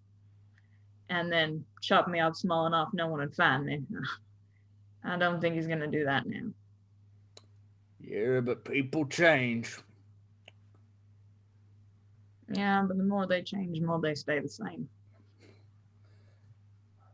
That's the sort of smart thing Doc says that Griff doesn't get, but pretends to be like, oh yeah, that makes sense. Can I psychology? And what I'm trying to do is pick up on hidden messages. He's like, is this some kind of trick? Is there any hidden thing that you're trying to tell me? I'm not especially good at psychology. And I already succeeded once. Make a psychology test. Pushing my luck here. Here we go. You got the ticket. There you go. 66 points of luck. Push it. Nah. And with that, Griff goes, all right, but I'll holler. How about I wait by the door outside on the porch, and if you need me, you holler for me. Is that all right? You're close enough to Hackney. How about I wait outside on the porch? And he goes, just enough to be like grumbling. I think that'd be fine, Griff. Just make sure you can see Mac, that he's okay. I just don't want him out there on his own, you know? All right. Yeah. I'll holler if I need anything, but I don't think it's going to be a problem. Make yourself comfortable outside. Maybe go see if those folk have something to eat. We haven't eaten in a while. I do not like this, and I leave. Okay, turn and step outside. Walk back through the house. You can see people now bustling around, finishing off the last of the evening meal, beginning to clean it. And it seems like the house is shutting down for the evening. Upstairs, Grease, you darted back. You've set yourself in. Mac, you're back at the fire. Griff, you get outside and you wait on the porch, looking around. Griff. Griff. No, up. There we go. Shit. Hey, What are you doing up there? I had to give. I ain't gonna explain it. Ain't gonna make much sense. Find Mac. He'll tell you. He might need assistance. Find Mac. All Yeah, right. he went. Hang on, I got a beat on him. He's there, passing the fire right now. On the left, big silhouette, baby blue coat. Okay, There he goes. yeah, I know what Mac looks like, you little prick. Fucking couldn't You find be me. all right up there? I was right above you. Yeah, I'm fine. What's happening with Doc? Why ain't he outside? I don't know. The dog's talking to the other dog, and they're doing like dog stuff together. Doctor shit. All right. But like, I don't like this. I don't like this guy. He's not a good egg. Okay. Does he but seem the like doc the seems kind to of trust him. person that would be aggravated if something personal and important went missing? Oh yeah, real aggravated. Right, I suggest okay. you do not remove anything he might want or lack. I acknowledge that. We are past that by about 15 minutes. All right. So I tell you what, in that you case- go catch Mac real fucking fast. I'm gonna stay here in case the doc gets attacked. Bring Mac the hell back. We gotta get the doc out because he's gonna kill him. I reckon you might need to go inside and look in on the dog as best you can. All right. Keep your eye on the dog. You go. I got. I'm it, going. I got it. I'm going. All right. And I hustle off. Break. Oh my god, why is it every time you put you two together, it's just a clusterfuck? Griff's getting blamed for this. He didn't even do anything. If anything, it was Mac. I just did what I was told. I was in a room. This guy oozed anger and danger, and I pulled out my gun, and then all of a sudden, I'm the bad guy. and I'm getting. I mean, kicked that's outside an like a- immortal quote, if ever. I pulled out my gun and now I'm the bad guy. You steal one kid. Okay. So you are darting outside to meet with Mac. Grease, you are upstairs hiding, and inside the room, finally, Dr. Hackney turns and says, "I am so pleased that you are. We have much to talk about, but first, let me show you how to truly understand Narcal." And he bustles over to one side of the room and he starts moving through stuff, and then eventually kind of goes, and pulls out a small box, opens it up, and pulls out a syringe filled with a strange kind of inky black liquid. He taps the tip and says, "See, the trick is that they're a much more sophisticated organism than we are. I've done only preliminary study, but I believe that we might have been created by something not particularly careful with our structure, whereas they're perfect. And the language is somewhat," he flicks the tip, "innate. And if you can alter your own, the expression of your genes just slightly," and he slides the needle into his vein and begins to inject it. Rolls at his neck. Then it's quite something. Pulls it back, pulls out another one, knocks it, steps towards you and says, "Roll up your sleeve." Do we have to do this way? I don't mean to question your methodology, but I was kind of hoping. I've seen those things. Living and breathing, I've seen them. And I see what they tried to do to folk, and I think I understand why, but that don't mean I agree. I think that if you're able to use what you know about their biology to help people, then great. But I don't... Changing them into something they're not, I don't know about that. I'm not saying you're wrong, I just don't know. I understand your hesitation, and I admit I was cautious at first, but I know that you are a man of science, and that you understand what I'm doing. We can help people. We can help so many people with the discoveries that I have here and the information contained in those discs. We can do so much more, and all it takes is sacrifice. You know, at first I began by putting my body on the line. He gestures towards the sort of where he's injected himself, and you can almost see like his veins beginning to bulge out slightly as he adapts. It's very you know, Geralt in The Witcher kind of as the toxicity runs through his body. He turns towards you and he keeps saying, "But if I die, then well, what a terrible loss." My mind, one of the only people in the entire world doing this research would be gone. It would be a disaster, which is why I started to use volunteers. And the best way to source these volunteers is to find people who have no other choice. And he gestures out towards the camp. It's a fair bargain. I informed them of the risks, and with your friend the giant, we could conduct several experiments on him before his body was no longer. Yes, sorry. I don't question your methods, Doc. Saving people is important. It's what we do. It's what we're here for. But do you really want to give up your humanity to do it? You give up my humanity. What do you think humanity is? Is it our physical form? Is it a shell? Are you a man of science? Do you believe in the soul? If you are the Hackney I remember, then you are fully aware of that evening with my sister. I think I gave up any pretense of God or souls at that point.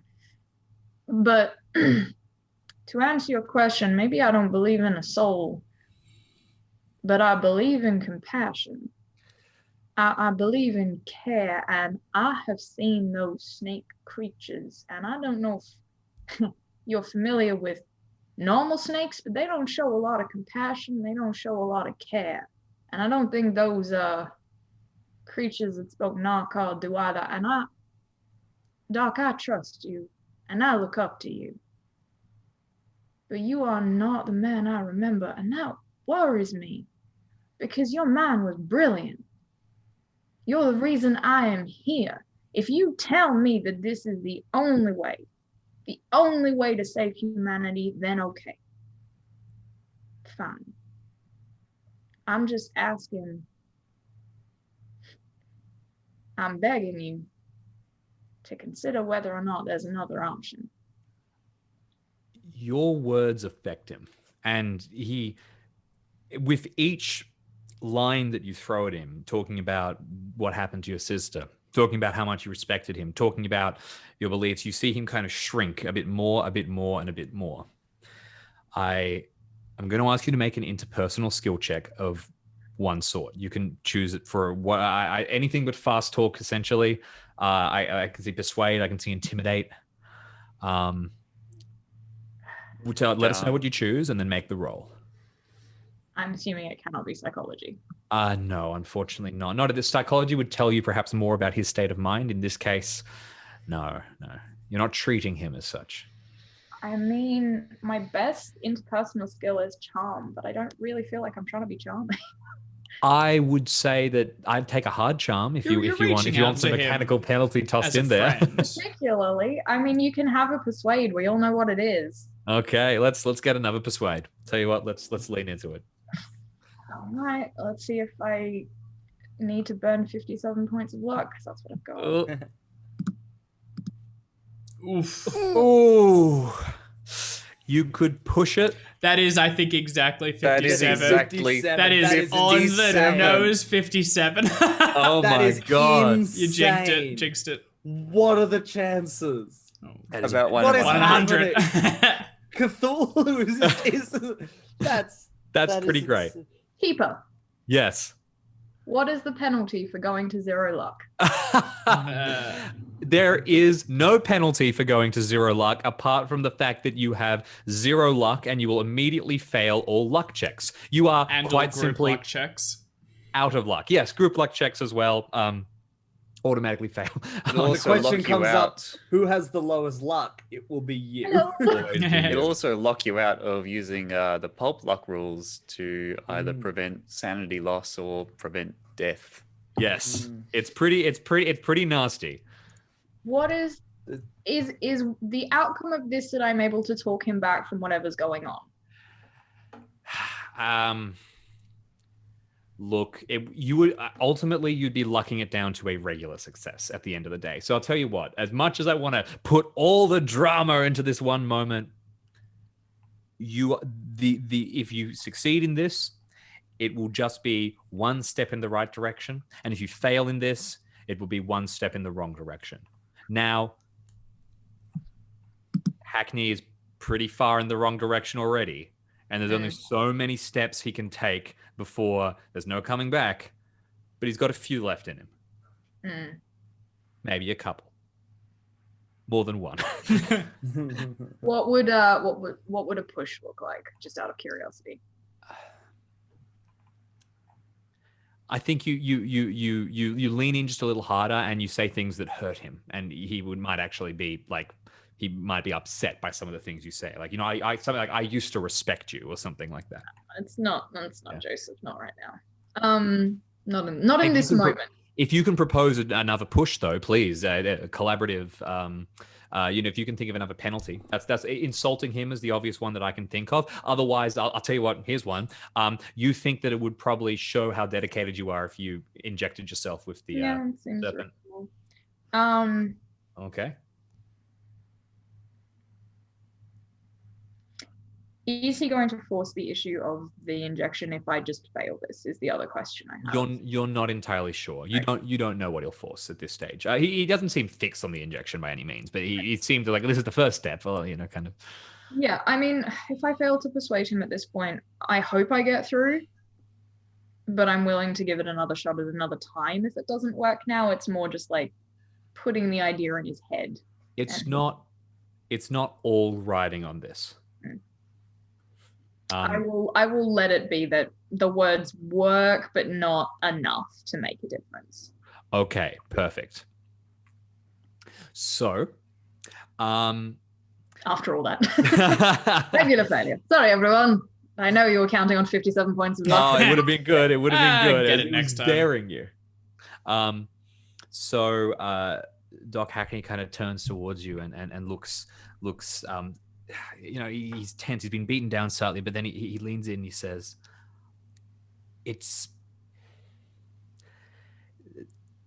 we talk about humanity and we talk about compassion.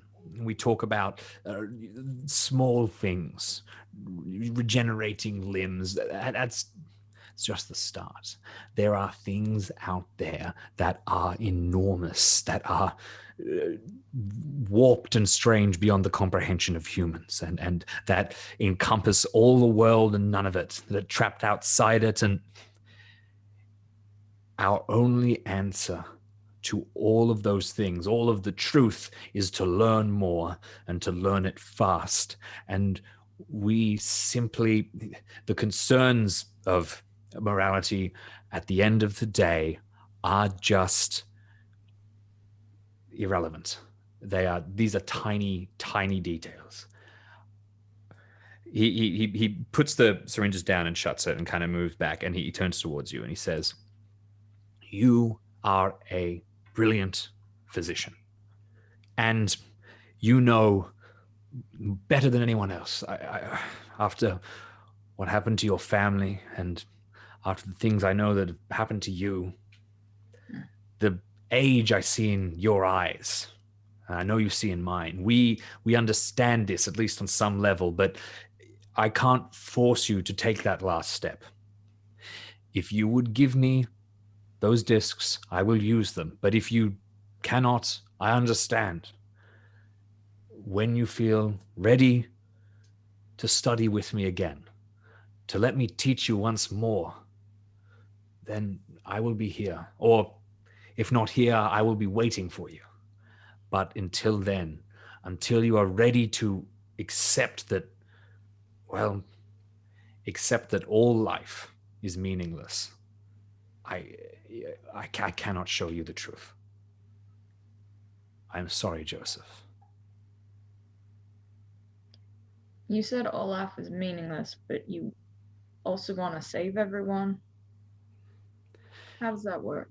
kind of leans back and he says, Do you mean you want to save everyone, but individual life doesn't matter? The Not- ends kind of justify the means? it is more complicated than that. It is when the what if I told you there is a soul in some way, but it can't be described in the ways that you and I are used to, and physical forms and principles of germ theory, and it's all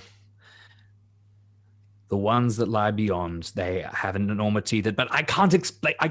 You must come to this realization yourself. If he hesitates for a time and then says, if you want to find the truth, journey out to the desert. And he gestures towards one side of the camp and says, out that way. Walk and continue to walk. Follow the serpents. There you might find some piece of information, but you'll also risk death. Otherwise, if what I think is true and you know some details of the true nature of the world, then you will find them. You will find other places. You will find people that can teach you more. Can I get you to make a Cthulhu Mythos check? Yes, you can. Oh, dip. I am. Just a note, Jim. Yep. If you had not said all life was meaningless, you would have actually persuaded Joseph. Wow, there you go. The one line he was like, hang on a second. That Up until one that thing point. that throws it back. Mm-hmm. Up until that point. I don't think I'm going to make this. My Cthulhu Mythos is 9. Nope. Although. Oh, that's lockable. And with Oh. Cthulhu Mythos, it's kind of worth it, I think. Yeah, He's- you wanna. What's that? 6 points? Absolutely. Yeah. Okay. You don't get to tick it, but you do get No, to I don't succeed. care. You can't take Cthulhu Mythos anyway, so. Oh, yeah. Oh, yeah. Ignore the That's- luck roll, please. That wasn't meant. Yeah. I clicked it before I didn't think. Yes, 6 points of luck for a successful Cthulhu Mythos. So when you get to the depths of the mythos, and when you find beings that are infinite in scope and that have powers that are absolutely enormous alien, operating on levels and dimensions and systems of space that we could not possibly even comprehend, then all life becomes meaningless. Everything that we can possibly perceive becomes meaningless. But within that swirling chaos, crawling chaos, if you will, there is patterns and geometry that people must follow and that make up some larger part of a grand cosmic dance. You see in Doc Hackney someone who is completely devoted. Mechanically, I will tell you, Doc Hackney is irreversibly insane. He has zero sanity. His mind is broken by what he has seen. And it is driving him completely and utterly on a path towards this research. Now, the path might not end terribly. It seems like currently something in the doc's work is leading him to helping people for the time being. Maybe that will change. Maybe it won't. He's an old man. He could drop dead soon. Then again, if he's unlocked the ability to regenerate using serpent person technology, then maybe not. You see a fanatic, and you see someone doing something very dangerous, and you see someone that you love. They're not the same person. They have changed, both physiologically beyond recognition and mentally beyond recognition. They are a different person. But how Joseph feels, that's up to you. And as you look and you hear, the doc continues to talk, just throwing the various words and phrases of the mythos at you. I want you to increase your Cthulhu Mythos by 1d4, just as you continue this conversation. I think that's entirely fair. Hell yeah. And the real success that I'm giving you here is this information. You see in Hackney a shadow, but a long shadow that is doing its own work. Let's cut to outside for a second, if you will. I'll give you some time to think about what's next. Griff, you're hurrying over, and Mac, you kind of get back to the fire, and you're looking around. Have you got any experience with children, Mac? Really? Nope. Nope. Okay. Yes! So,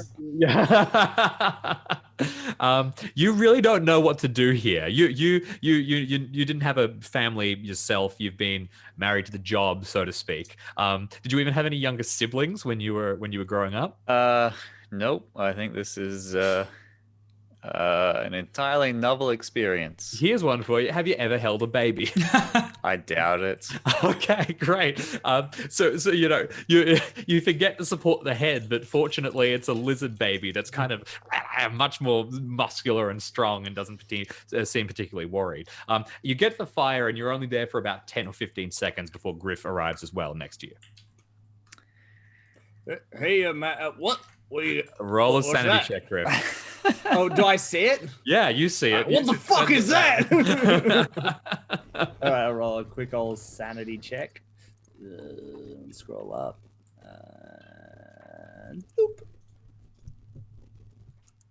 Tickle. All right, just take one. All right, Mac, what do you got that thing for? What is it? Where'd you get? What is going on? All of the above. You can ask Grease. That little fucking kid. What do you mean? Wait, yeah, I look back to see him on the roof. Up like this. No, I'm hiding. What the actual? What are we meant to do with it? I don't know. And I'm Why did he hoping take it? does. Reckon it was the right thing to do, I suppose. Why would it be the right thing? Once again, I'm not the person to ask. You save it for him. I'm speechless. Okay, utterly and completely speechless. Upstairs, Grease, you are sort of you're standing about. You are waiting for noise and movement, and you do hear the sound of someone moving into the small nursery. The latch goes up and you hear footsteps and kind of like a soft, oh, hello, how are you? A loud scream that goes piercing through the night, ringing out. And the two of you can hear, it's a little faint, it's not hurting your ears, but you can hear that there's been a yell from inside the house. In fact, does the thing where he passes the baby to me and I go, I reckon we kick some dirt in the fire and get ready to ride out. As long as the other two are going to join us. What is happening? All right. Okay. Okay. So you start kicking dirt onto the fire. Grease, what are you doing? Are you peeking inside? Are you... I had left the window open when I went out of it. So I hear this shrill scream. I pin on my deputy's badge and I swing one leg over into the window and step up inside the room. And I'm just gonna walk towards her, and I'm aiming to just go straight past and down the stairs towards the dock. Okay, you slide in. You can see the same old woman, Evelyn, who's like looking over and is howling at the top of her lungs. She sees you come in, and her eyes widen, and she screams, "What the hell!" Like starts throwing. You straighten you puff your chest out, stroll forward. I will need an extreme charm check or a intimidate check to cow her. Intimidate. Just like Papa. Okay. Papa rolls better. Sees you, she yells and she sprints for you and throws a punch. All right. You ain't gonna like. As the fist approaches, my gun's in her face. Okay. Like a quick draw, and I'm gonna tell her, all right, you don't want to do that. Okay. So we're gonna jump outside. And Could that be pushing my roll? Is what I'm kind of going for. Basically, I'll draw on her. I think so, but let's talk about another couple of things because a lot of things are all going to happen at once. So first of all, you're kicking things frantically down from the fire, and you hear the sounds of hoofbeats pretty near to you. And you look up and you can see that there is a figure approaching on horseback. Rides basically right past you, makes no, like, doesn't care. But Mac, you glance up in time to see the sort of frowning face of Juliette Scanlon, which is drilled into your mind from looking at a variety of wanted posters of the Green-Eyed Gang, riding towards the house just as the doc hears the scream from upstairs. That is Doc Hackney, looks towards you, interrupts your conversation entirely, and he shrieks, runs over to one of the sides of the room, rips open a drawer, which is filled with crystals, it looks like. He pulls out one of them, slams the door shut, and runs out, heading for the stairs, carrying that. You're aiming a gun in someone's face. The doc's running out with a weapon. Juliette Scanlon's on the road. We're going to take another short break. We'll be back in a few minutes. Let's get this party started.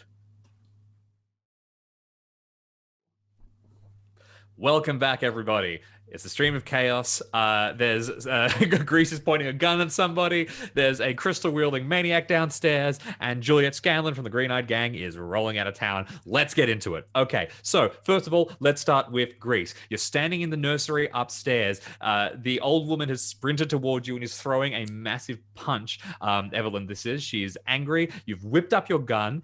This will be you pushing the intimidate roll. I think change of plans. Is she swinging that punch with Waite? Yeah, she's trying to knock you down. A bang.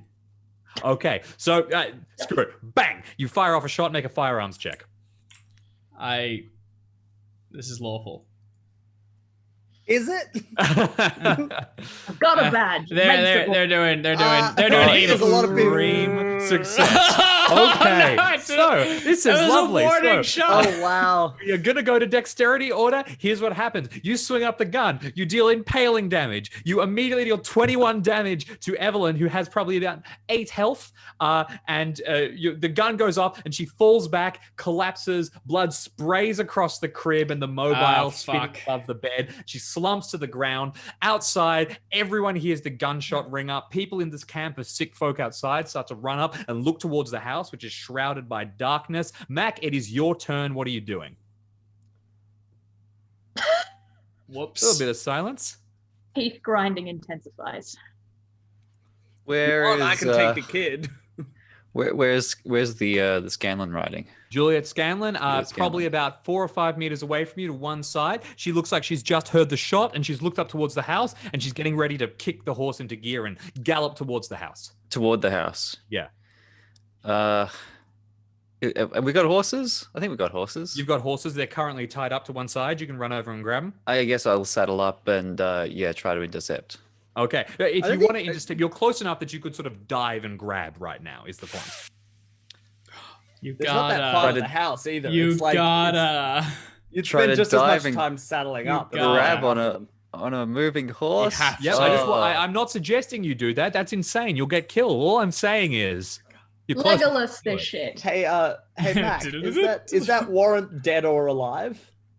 I think it's either or usually with these kind of stories. It absolutely is dead or alive. All right, you have tempted me. I would like to dive onto a moving horse. Okay, so Juliette Scanlon looks up, starts to kick the horse into gear to gallop towards the Scanlon farmhouse, and suddenly, hurtling out of the darkness, comes you, assuming that, make a luck check, who was holding the baby. There we are. Okay, you had just passed it across to Griff, fortunately, and you dive forward, reaching out. I would like you to make a fighting brawl check, and it's going to be hard because she's on a horse. You're trying to grab her leg and pull her off or something to that extent, hoping that she isn't too securely in the saddle. 6 points of luck are all yours, my good sir. Okay, you leap forward. I'm getting 6 points of luck. That'll get you to a standard success. You needed a hard, though. Oh, I needed it hard. Well, Yes. now. What's That's that? a hefty 32? investment. 49? Heck. Mm. You will not tempt me I will that not far. tempt you. I'm gonna roll to the ground and pick up. Well, you might. You dive forward, and here's the last thing I would like you to do. How obviously did you telegraph your intent? Because Juliette Scanlon did not necessarily know that you were approaching. I would have called out U.S. Marshal, stop the horse. Okay, I was going to give you a chance to roll some kind of stealth. Otherwise, she gets a chance to riposte, and she will take it. So as you approach, a booted foot swings out towards your face, trying to kick you away. I'm going to jump up. I'm going to open up my keeper sheet. I'm going to keep this narration going because the loading is taking just a second. I'm allegedly on 9 hit points. Have I healed up since Allegedly. Since I took an axe to the chest? I think You so. absolutely have healed up. You were 2 weeks in shade. You're all good. Okay, so as you dive forward, U.S. Marshal, stop. Booted foot comes out and hits you square in the nose. You are going to take... Oops. 5 points of damage because she is wearing booted spurs, and it cuts across the side of your face, leaving a trail of blood against your eye. What is your max health? 22. Okay, And 17. all right. So you've taken a bit of damage. You feel this scratch hit you in the side, and you collapse onto the ground. Juliette Scanlon's turn is next, and she doesn't try to shoot you. She doesn't try to intercept either you or Griff. Instead, she kicks up her horse and she goes galloping at full speed towards the house. And she's yelling kind of unintelligibly. We will now move across to Griff. Oh, no, sorry. Oh, Griff is sorry. Doc's before me. Yep. Griff is always you know what I last did? Sort I of. substituted in Blanca's dexterity. Oh. Anyway, Never forget. please continue along.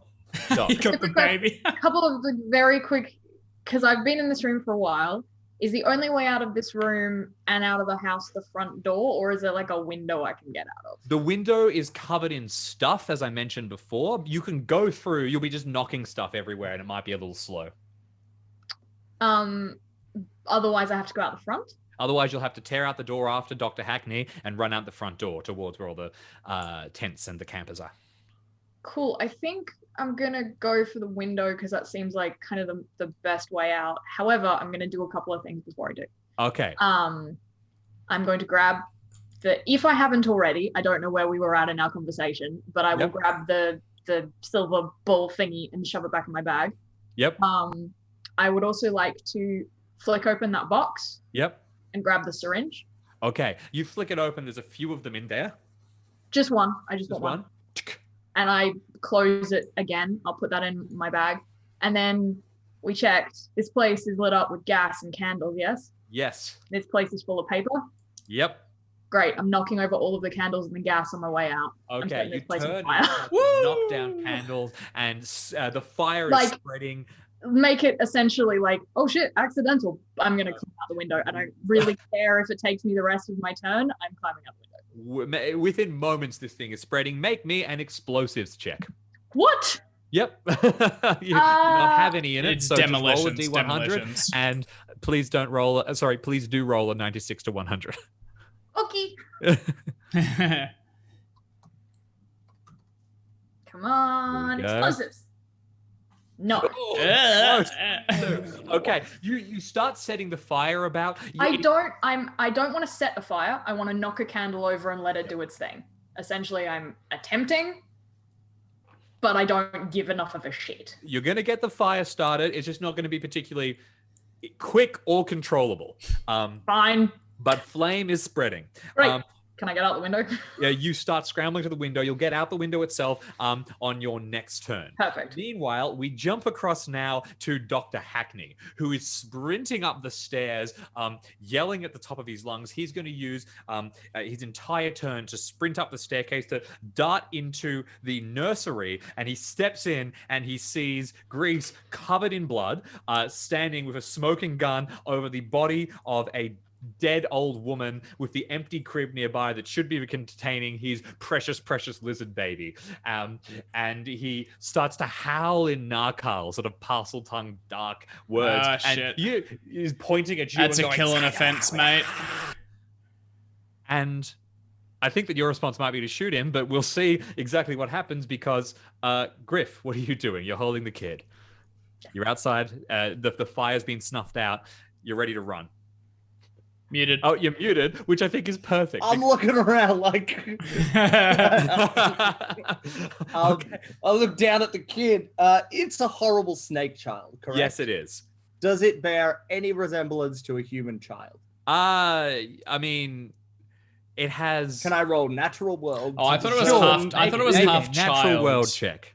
I got the wrong impression. I am. Look, I know that there are snake people and there are humans and there are things in between snake people and human. I'm trying to determine where on this sliding scale this thing might fit in. Okay, hard success. There is some human in here. There is also some snake person in here. With a hard success, you reckon this actually looks a bit different from what you've seen previously. You have seen humans that have been turned into snakes and snakes that have been turned more humanoid. This seems like some kind of fusion of the two in a way that you have not experienced it before. Meiosis? Is that the one? I forget. All right. Fusion, ha.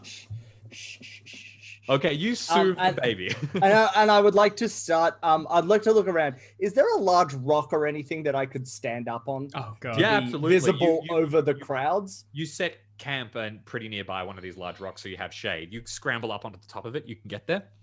All right. I climb up to the top of the rock, and I hold the baby up, and I pull out a knife, and I whistle as loudly as I can to try to get attention of the people around me. Okay, make an intimidate check for me to get their attention as you let out a piercing. Don't know how well that translated with a microphone. That's pretty good. That's pretty good. I think it was good. I think it was not too loud. I do not get anyone's attention. Okay, you whistle at the top of your lungs, but now there's gunshots and screaming and yelling and someone's yelling, "Fire! Fire!" Smoke is beginning to pour out from a recently broken window down to the bottom floor. Okay, we're back at the top. So it is going to be Grease's turn. The doc is pointing at you. Oh, the I know. Hero, the rival. I was so planning on questioning him, but I think snakes are shooting a fence. If he says that shit at me, I'm gonna shoot him. Sorry, the phrase "snake" is a shooting. Shooting a fence. Gun. Okay, I shoot. Everything, especially if he's got one of those rocks, one of those grenade rocks we've seen before. Yeah, no. Okay. Actually, could I take 2 steps back and shoot the rock? I'll just shoot him in the face. It'll fine. We'll sort it out. Okay. Oh, shoot the You rock. absolutely can for what it's worth. It'll be harder. But you step back, you aim towards his face, and you fire off a shot. Give me a fighting brawl. Not a fighting brawl. Give me a, let's try that again. Give me a firearms pistol. Thank you. Would I have a bonus die for point to blank? Yes, you absolutely would. Thank God for that. 91 out over 86. Not great. There we go. But then- Hard success. Okay. Hard success. And you deal 9 points of damage to the doctor. I actually have to check the stat block this time because when you shot Evelyn, The poor you did defenseless 21 woman. points of damage. So that was pretty quick. You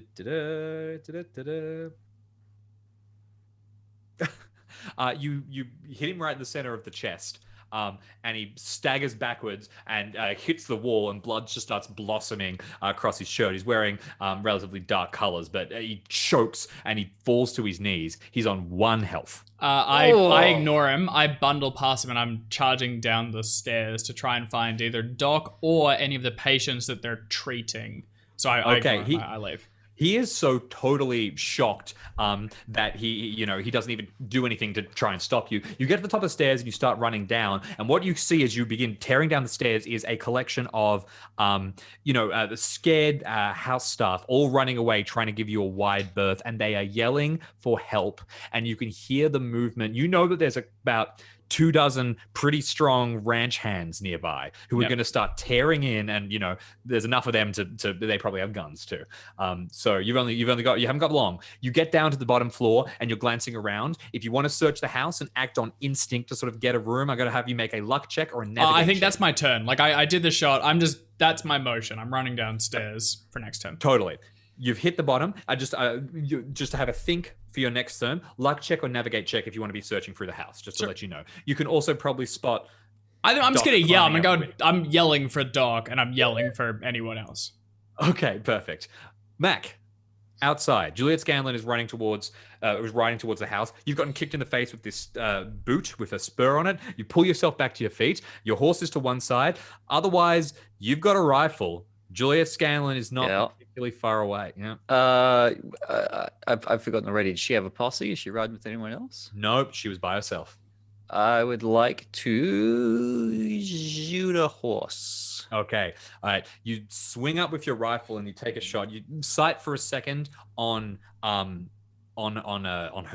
herself. Then you let your gun aim down and you look at the horse. This is a large target, so I'm not going to apply a penalty dice, but I will apply a penalty dice for the low light. So instead of 2, you're just getting 1. Great. That works out well for me. Okay, first one is a success. Second one is a much better success. Extreme success. Oh, brilliant. Bang on. You deal 7 damage to the horse, and it sort of slides sideways. It seems immediately quite severely injured. She's going to make a ride check. Well, I mean, are we talking impaling damage with an It's extreme? success. Oh, did you? Oh, you. Wasn't it? Bang on. I actually meant a penalty dice is what I should have been You saying. meant a penalty I meant dice, did you penalty now? dice. Yes, Tricked because ya. 1 for low light, 1 for moving target, but it's a horse, so it's pretty big. So I'm I not applying the moving see. target. Well, So now. you're just going to deal the 7 damage. Yep. And She's going to make Over nothing. exactly. You still hit. She's going to make a ride check. She's going to fail, and she tumbles from the horse, and the horse sort of staggers off to one side and goes bolting off into the night. And you see her begin to struggle to her feet. She's right by the house now. She's ridden through the collection of sick people. Doc, you can hear. I assume just quickly, Mac, you're heading towards her now. I assume When I can, I will make a move to arrest her. tear across the ground. All right, cool. Joseph, you are downstairs. You hear gunshots from upstairs. You have enough time as you're burning things to sort of glance across, and you see Doc Hackney run upstairs, and then there's a gunshot, and then Grease runs down. So I don't know what you want to infer off that, but Grease is yelling at the top of his lungs and waving around a weapon. What are you doing? I mean, I think I made it clear. I knock over a bunch of candles and I get out a window. All right, okay, perfect. I was just checking Sorry. if the plans have changed. Nope. Yeah, no, I don't. The only thing that would change my plans at this point is my understanding of where I was in the house was like off to a side room. So I'm getting at like a side window, Yep. not the front, in as much as I assume I'm not going to be as visible to. You'll be a little quieter. Yeah. Yeah, that's sort of the aim was, if anyone asks, there is burning in the room, I'm trying to escape, but like, I was also trying not to be super obvious about getting out of this place. It'll be a bit tough, but yeah, it's definitely better than running out the front door. So you basically scramble out, make a climb check to see if you can get through and do something else on the other side. Sure. I don't care if I can't, but sure. Ooh. Woo. I mean, does it matter? Am I gonna get out? No, it's okay. You get out on your turn. You get out and start glancing around. It's dark. There's light behind you. People are yelling all about. In the sort of dead of the night, you can see this like faint glow. It's like you're in the center of a giant, endless expanse of darkness, and the soul fire is this house, which is beginning to burn. You're glancing around. Where are you heading for? What's your basic intention now? I'm running away. Okay. Are you running towards? I'm going to the horses. All right. I know the horses where that's where I'm headed because that's where everyone else was last I checked. Okay. You start to sprint towards the horses as quickly as you possibly can. Let's jump across. Ooh. In case it matters. Yep. I'm very quick. My movement is 9. Perfect. You're going through. You're in a moment. You're like weaving in between tents. That's cool. You're going to get there pretty quickly. Upstairs, Dr. Hackney has his turn. He is going to. What would he do? Okay. All right. Cool. You don't really know what he's doing. Grenade didn't go off. Yeah, I don't exactly. enjoy that. The grenade has not gone off. Not that it is necessarily a grenade. Grease, your turn will come right after we get to Griff's, who I almost skipped. Griff, you're standing on top of the rock. You've whistled. You've tried to get people's attention. You've got the knife in your hand. And then, so what I do is I look at the knife, and then I look at the baby, and I look at the knife, and I sigh, and I put the knife away. Okay. And I hold the baby, and I I look around. How Mac's trying to arrest this Juliette Scanlon. Juliette Scanlon. Can I see Doc escaping through the window? Is that Yes. what Doc was doing? You'll be able to spot Doc like scramble out And the kind of fire flop into behind the them. dirt and get up, pat out a little couple of flames, and begin to sprint towards the tents. Do I see Grease anywhere? You do not see Grace. All right. I yell at the Doc. Grease is still in the building. Grease is in the building. All right, And then Doc, I you can hear this. All right, I look around a bit longer. I got a baby. I'm Yeah. preoccupied. And for what it's worth, the sound is beginning to disturb the baby. It starts to cry. This sort of like faint wail. You take it as best you can. Can you make a charm check to try and calm it down? See if Animal it's- handling. Can I? He does. He's really good with animals. Yeah. I'm really good with animals. I don't think that's It's a snake unreasonable. baby. You can make an animal handling check. Even if it's a dog baby, it's Hard. Do I calm the Papa snake Griff. Calm it baby? down. You it's okay. It's okay. You One point off an extreme. Okay. You managed to calm it down pretty well. Look, I'll tell you what. With a hard success, you just by chance, as you calm it, you spot that like near the rock that you were on, looks like there was a snake under it. You know, snakes all over the place in this kind of country that had suddenly woken up and was moving out. But as soon as you calm the baby, the snake like turns and crawls back, despite having been like it's the middle of the night. It's Harry Potter. Yeah, exactly. We found him. Extremely shit, weird and I to just- see you cradling something like a child. It is a child. It's a beautiful baby snake monster. Mhm. Grease, it's your turn. You know that the ranch hands are probably not far away. There is no one blocking your path currently. After You each run of out of the the house. after each of the shots I'm taking, I reholster my pistol because I'm so flippin' quick at getting it out. Yep. I don't need to. And then I burst into the first room I can find, and I'm yelling for the doc, and I'm gonna start going Okay. room by room until I can find them. Okay. You start sprinting through, desperately trying to find the dog. The first room Or that you burst into- any patients that are currently being kept here or anything that Yeah. wouldn't be able to move. I mean, I can see smoke beginning to ride. Like I need to get someone out if they're stuffed Sure. and not speaking snake. That's the criteria. I want you to make either a luck or a navigation check to start figuring out rooms. Lucky me. Lucky you. Ooh. Okay. So first room is a dining room. Second room is like a Shit. small storeroom. Third room is on fire. You get kind of lean back Okay. and tearing out. You start to search through rooms, and all this to say, no, you do Yeah, not yeah. find anyone. I will stay for another round. Okay. I mean, Good. I have no reason to think the dog is near, and I saw that dude with holding shit. Like, I presume they're probably somewhere unconscious being tortured. No, absolutely, So- absolutely. Rock and roll. Okay. Mac, meanwhile, you are tearing forward at top speed, and you see as soon as she fell, Juliette Scanlon used her turn to sort of get up, and she's put herself in some kind of cover. Right, you are approaching. Are you aiming? Are you yelling? What are you doing? Yeah, I'm telling her she's under arrest, and I'm gonna get some handcuffs on her. Make another intimidate check. You will need a hard. Well, I think we all know how that's gonna go. Exactly. Do you have Wait, any are you occult taking talents it? Are you lowering the difficulty? Or are you rolling Oh yeah, twice? good cue. Ooh, good point. Well, since I have pulp talent, it's scary. Shall we call that a regular success? I'm trying to Jamie? scary. Yeah, let's call it a regular success. Excellent. Here it is. Well, Oh, you you're got fine it. anyway. There you are. Little Just something in extra for you. case. You're like yelling, stops, and she's running towards you. You point the gun at her, and she gets down onto her knees, and she's yelling something. You get close enough, and you realize that she's yelling. She's like, my daughter's in the house. It's on fire. You have to save my daughter. It's panicked. She has like, her eyes are absolutely wide. It's terrified. She's come to you because she thinks you're probably the best chance of getting there. All right, I'm gonna throw the handcuffs on her and ask what does she looks like. What does she look like? She doesn't put the handcuffs on. I'm putting them on her. Oh, you start.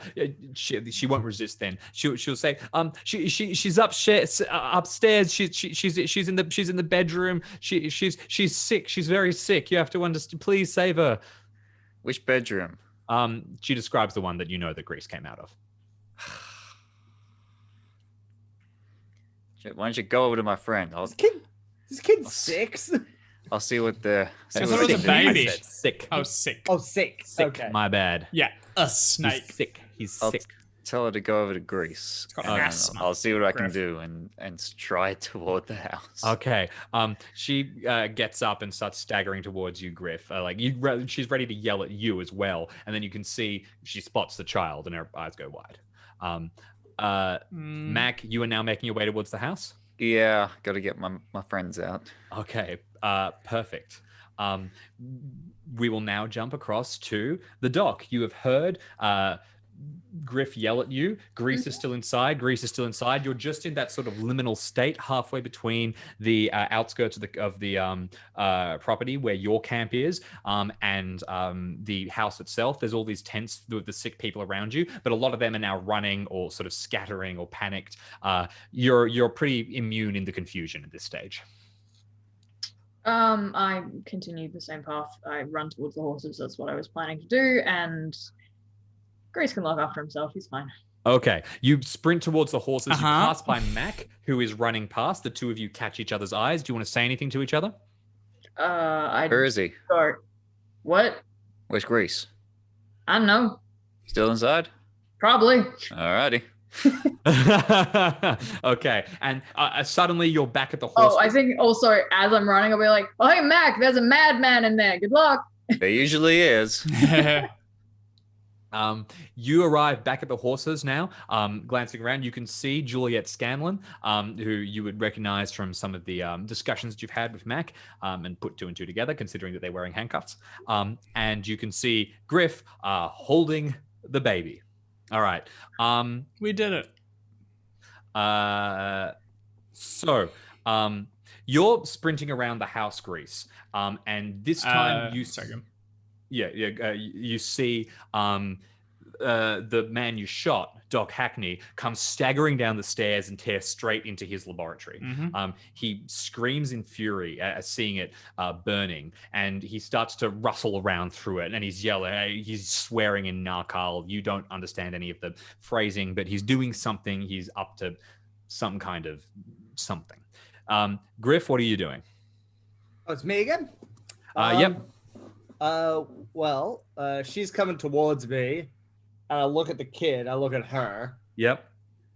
Starts to reach out for the kid, and She's wearing handcuffs, though, is she not? yeah, she is, but she's still trying to grab at the child.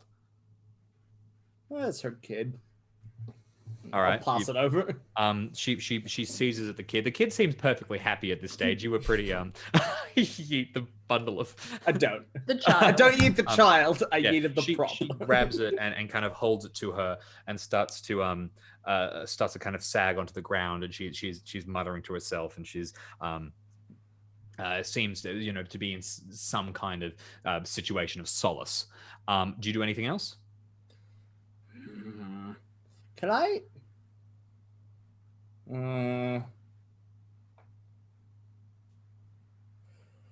How easy do those handcuffs look to break? Tough. They're proper handcuffs, so it would take an extreme success to break them.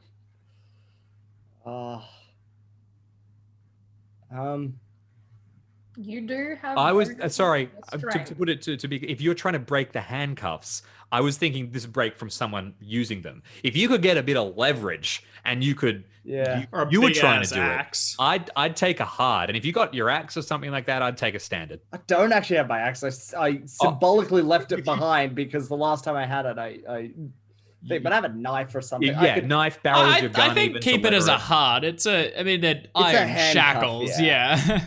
Yeah, I look, think extreme look. is to. I think it's impossible if you don't have the other tools.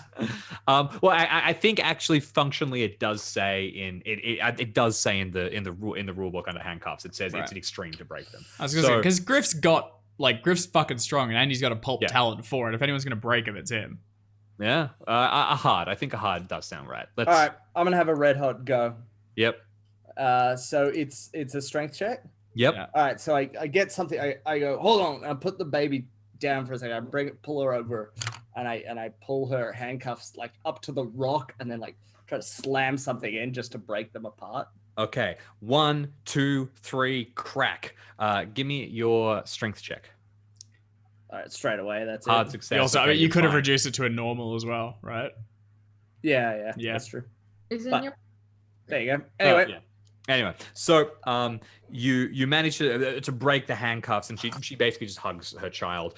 She thanks you. She doesn't know what you're. Are you saying anything else? Are you trying to get her to do something? Are you saying run? Anything like that? get on the horse. Get out of here. She looks at you and she hesitates for a second. She moves towards the horse and starts climbing it, looking back towards the burning Don't house. come back. She will say. Nothing but death is gonna be waiting you here. She seems to agree, and she's getting onto the horse immediately. She looks back to you and she will say, holding up her child and say, "He's sick. He needs help." Oh, I thought that was healing him. Is it not? She hesitates, looks to you and says, I'll go. Thank you. And she, she's lost at this stage. She runs towards the horse, saddles up on it, takes the baby. Now, at this point, you are arriving in the camp, Joseph. You can see this happening. If you would like to interfere, you can. Otherwise, you see Griff like slap the horse, and Juliette Scanlon is going to take off riding with her child held in one arm. I think the only thing that I would like to do Yep. is say, where do we find Christopher? Oh yeah. Oh, okay. Before you go, hold up. that's a good- You're right. I'd literally it's even if she gives me a name or Yep. a landmark, Yeah, it can yeah, be no, a that's good. 2-second interaction and she can go. You let her take the child. You don't even need to roll. She turns. You can see terror in her eyes as you say that name, and she fights through every instinct and tells you, and she says, Castronegro, and then turns and rides at full speed away. Great. Well done. All right. Let's jump back up to the top. Grease, you've gone through the rooms a little bit. No one has come for you yet. You can hear the doors begin to burst open, and people and like quite large folk are now running in to the building. They're yelling about putting out the fire. They're screaming about gunshots. I continue yelling for Doc, but I'm gonna go into the room where I saw that dude I tried to shoot go in. Okay. All right. So you are still howling for the I just doc. keep calling for him as I go. Yeah. But I'm now I think that he's probably in the room where the dude is doing the evil experiment. So I want to go and deal with him on my turn.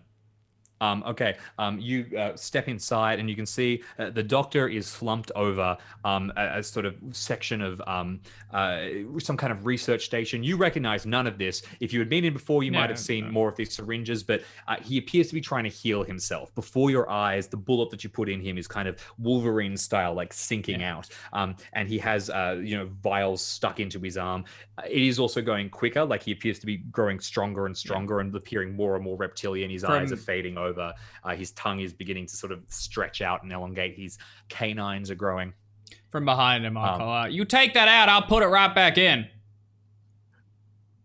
He Jesus. He spins around to you and he hisses. You can make Shut up! intimidate Where's check. Doc Waite? Okay, all right. Make an intimidate check. I don't speak lizard. The old. It's not like it hides. It's I just lose it each time. Ooh, that's a fumble. That's a fumble. Okay.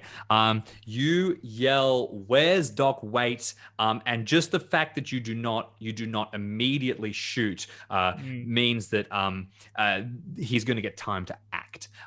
And he kind of looks frantically one way or another, and then leans in and starts to tell you, "Doc Waite is," but his voice is so enchanting. Ooh. Oh, it's Ooh. Oh, it's lovely to hear, and it's harsh and serpent-like, but there's almost a commanding aura about it all. I don't doubt Make it. a power check for me. You mean Power one check. of these? Yeah. Oh, that's pretty good. All I'm right, let immune me- to your wiles, lizard. But if you got an extreme. All right. Meet me in combat. Huh. Okay, no, with a hard success, you immediately feel these. You feel Ugh. the same kind of terror that you, Yeah. you felt when the nuns at the orphanage were like giving you the full treatment of fire and brimstone, but this time there is a sort of a magical omnipresence to it. You feel this force and you are able to throw it off. He's tried to possess you. He hasn't succeeded. Is that my turn? That will end your turn. You were trying to intimidate him into something, but we'll see what happens in just moments right after. Mac, what are you doing? As soon as I get into the house, calling out, Grease, where'd you get yourself stuck this time? All right, you can hear Mac's voice. You can yell something if you'd like. Oh, he probably hears me going, "Shut up! I don't speak lizard."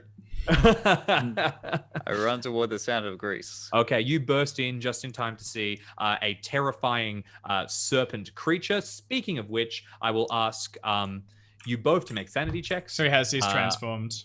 Yes.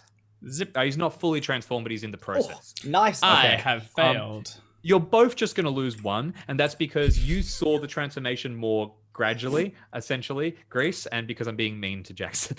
I like that. I'm a big fan. Okay. Yeah.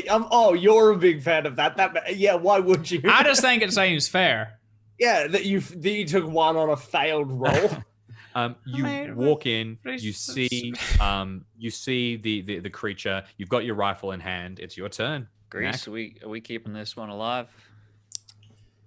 I don't know where the dock is, Mac. I think this He's fella's outside. Why the hell the didn't only he one in say here. something when I was calling? Way across the river. I mean, I was yelling. It ain't a big house. All No, right. I was halfway across the field. All right. Yeah, it was on the other. Is the is do I recognize the thing as Hackney still?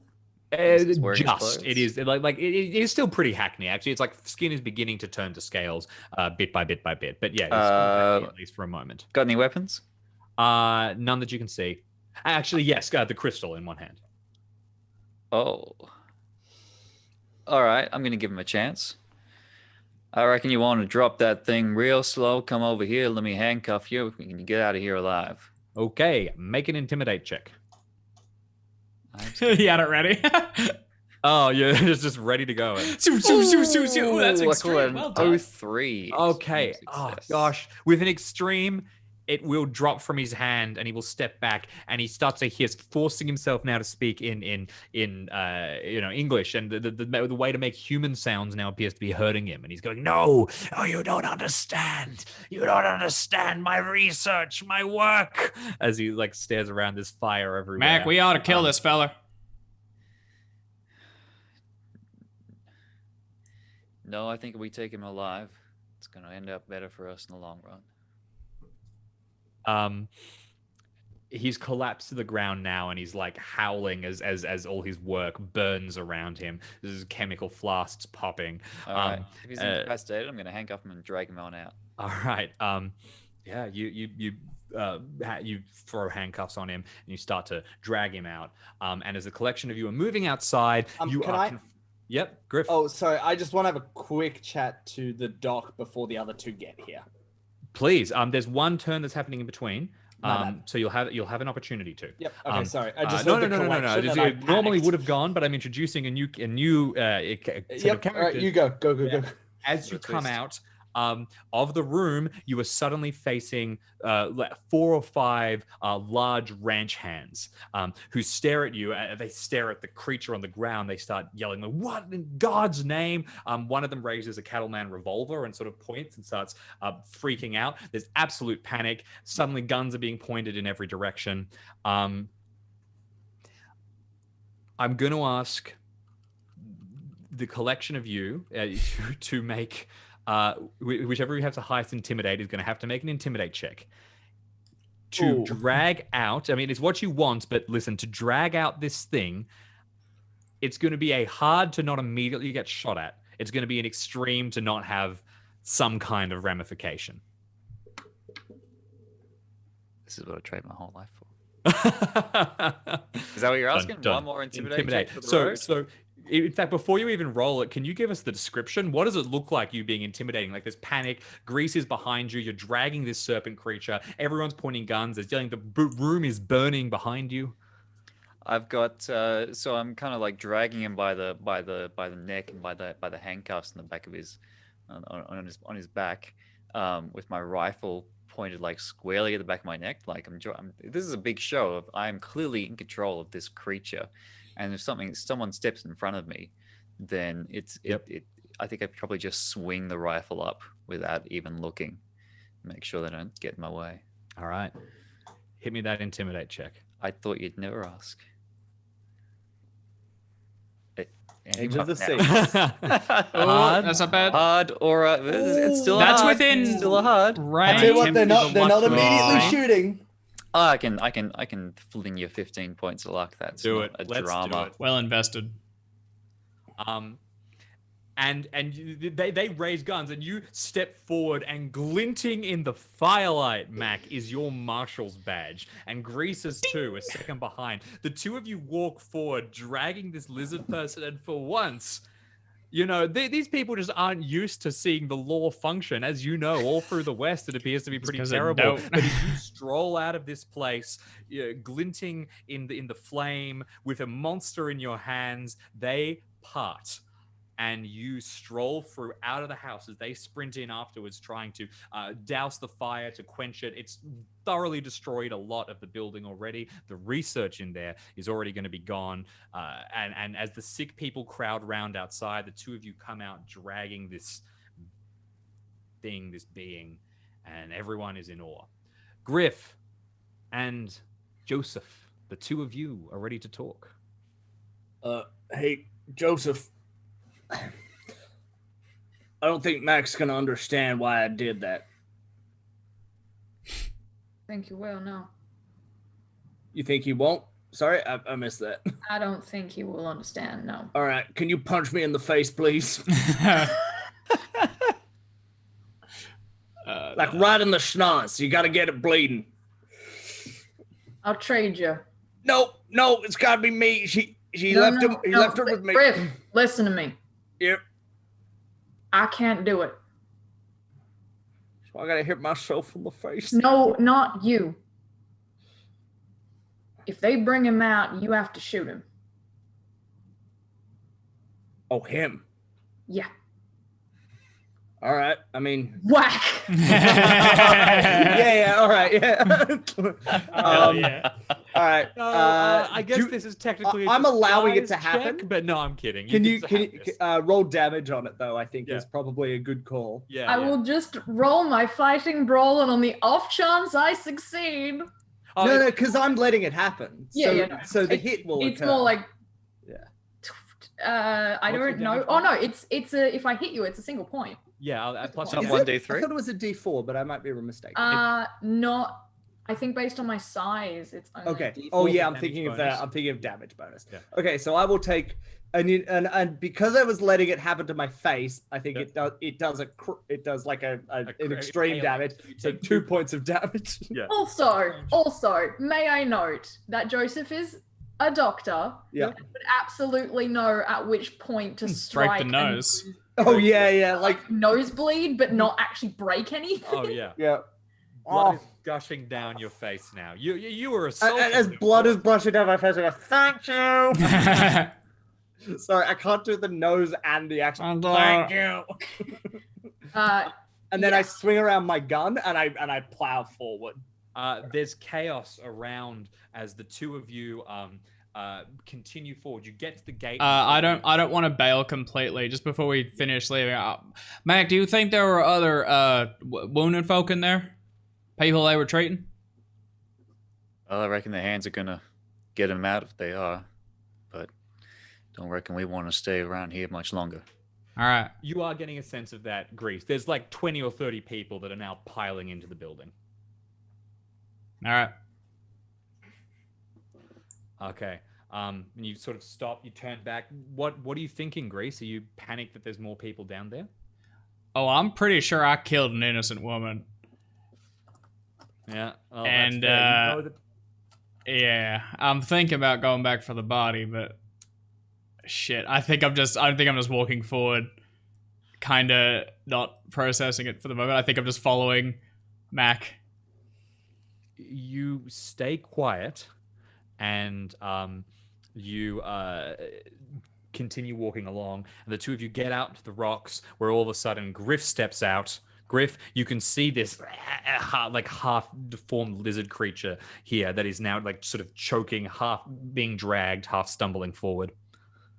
I would like to pull my no, like I will pull my what's the distance, like how far away is it from the marshal? Like, am I gonna hit the marshal if I you can get close enough that you wouldn't, where it's like not a chance. Okay, it's not even a chance. You'd have to walk close enough for the marshal to see you, but yes, they're carrying it. Oh, they're carrying. If you're doing this from a distance or something, there's a chance you hit the marshal. But if you just walk straight up to it, I'll walk straight up to it then. I walk straight up to it, gun in hand, gun pointed at it, and as I do, they have the chance to say something, I guess, or I point a gun at it. Like I guess that is my first turn, is walking up and pointing the gun at it. Grease, and then they can have a chance to react to that. Either of you stopping Griff? I don't say anything. Hey, no, we got him alive. We'll keep him alive. Don't know what he knows. Ain't no reason to do that. And I load and cock and fire, I guess. Like if all right. Ain't like no reason to do that. Gun gets cocked. It gets raised. Mac, make a psychology check. I saw surprise go over your face as a player, Jackson. So I'm going to leverage that and say that Mac might be surprised and just not have a chance to act. Oh, yeah. Would you like to luck that? No. For dramatic purposes, absolutely not. Okay, fantastic. And he's not going to shoot. This is just for kind of fronting Griff. Occasionally, bang, and the gun goes off. It's the buffalo rifle that has 1 million caliber. Sorry, not 1 million caliber bullets would be very 50, very small. 50, but yeah. They're like that big. Yeah. And do you want me to roll anything, or are you pretty happy to? No, that's fine. You shoot, and the body slumps to the ground. The force knocks it from your hands, and it actually like twitches in the dirt for a second before falling still in a kind of frozen, petrified state. I'm gonna stop and look at it for a few moments, gather myself, and then look up and turn to Griff and ask, "Where's Scanlan and the kid?" He got away. And you can see that there's blood now dripping out of Griff's nose, but the two of you probably share a glance, and you made peace last time, but Griff has now killed the person that you took alive and let someone that you arrested go free. Would I dare to roll a psychology to see if I? Yeah, let's do it. But I'm a pretty bad liar. Like I think if we equalize. Look, I'm a big fan of dice steering the game, but at the end of the day, when it comes to player v player, it's dramatic purpose. What do you think the two of you know? What happens? I'll let you use the guys as a deciding principle if you'd like, but whatever is the most narratively interesting.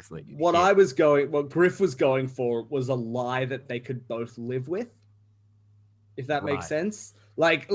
They both know it's a lie, and this isn't worth breaking up the gang for. Exactly. Like, fine. Let's just leave it, basically. So I think if unless you have another opinion, I think that's what we should go for. So Mac, it's a long shot, but maybe it's just not enough of it. It's just not too much of a long shot that you could believe it if you chose to. I guess the question is it a lie you can live with? I'll just choose to go along with it, but I will. The other thing might be meaningful glance across the horizon and just kind of, shit. Could have just stayed in shade if you didn't want the law out here. Okay. Well, I point to the dead thing and I go, "That's at least one good thing. Ain't no good snake but a dead snake." And the collection of you are going to head towards your horses? mount up. You can see, yep, Joseph? Grease is sharing a horse again because I think we let someone get away with his horse. I don't say anything. Are you going to be for because it was me, I'll say it was my horse, and my horse has been with us the whole time, and was the only horse that actually belonged to me. Oh, yes, same result. You and I you are had still a horse sharing. as well. Yeah, you had a Mine pony. belongs That's to right. me, You had a pony. But it wouldn't have been mine because it had med stuff on it, and I would have been slightly annoyed. Yeah, no. Yeah, I think I let her take horse then. Anyway, all right. we saddle up. You saddle up and quickly leave the smoldering, gradually being put out homestead, the body upstairs, the corpse of the lizard on the ground, all the sick people, and the Scanlan homestead behind you as you ride off with a single word echoing in your minds: Castanegro. Before you leave, I'm going to ask, is there any of you that wanted to stay? Will there be any reason that any of your characters would turn back? If it is going to be so, say so now. Turn back. And No. back where? Turn back. Do and they head have back they to- have the fire under control? Yeah. Then You mean turn back to the ranch? Yeah. Or Why? stay. I want to make sure that this isn't we're No. approaching when these sessions wrap usually. If you want to stay in this area, do not feel that you have to wrap things up now. What I'm saying is, would your characters turn back, or do they feel that things are satisfied here? So we're at the horses now. Do we stay or go? Yeah. No reason to keep my face around here. Oh. Did you want to maybe take a poke around? No, I think we're done. Grease? I don't say anything. Okay. In which case, you mount up and you leave, fading off into the distance. That's the end of the Scanlan Ranch, but let me give you a little bit of an epilogue. The fire will be brought under control. It absolutely will be. And the body upstairs will be discovered. A woman shot dead. Now, in the chaos, of course, news will be sent. Some people will try and find some justice for Evelyn Scanlan, but exactly where that goes, isn't really relevant, because before the letter can be sent, the other serpent people in the area will take care of the people in the house. Mm-hmm. Unfortunately, this is one of those mysteries that just got away from the collection of you.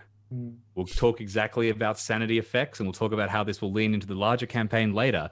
But Castanegro will, at the very least, be slightly more interesting based on the failure of you to quite wipe out everything that was threatening the town, threatening the ranch here. Anyway, that's the end of this session. Thank you, everybody, for watching. Thank you, amazing, wonderful cast. Thank you, David. Thank you, Jackson. Thank you, Daniel. Thank you, Art. You're all great. And thank you, Jamie. Cheers, Midge. Subscribe to our channel on YouTube. Follow us on Twitch. We're here. We're everywhere. We'll see you around. Join us for the White Bull this weekend. That is Saturdays at 8 p.m. Australian Eastern Daylight Time, because we are in the joy of daylight savings now. And on Sunday, we will be doing a special stream with the U2 Can Cthulhu crew, who will be playing a game from Mansions of Madness. Check that out, and we'll see you next week.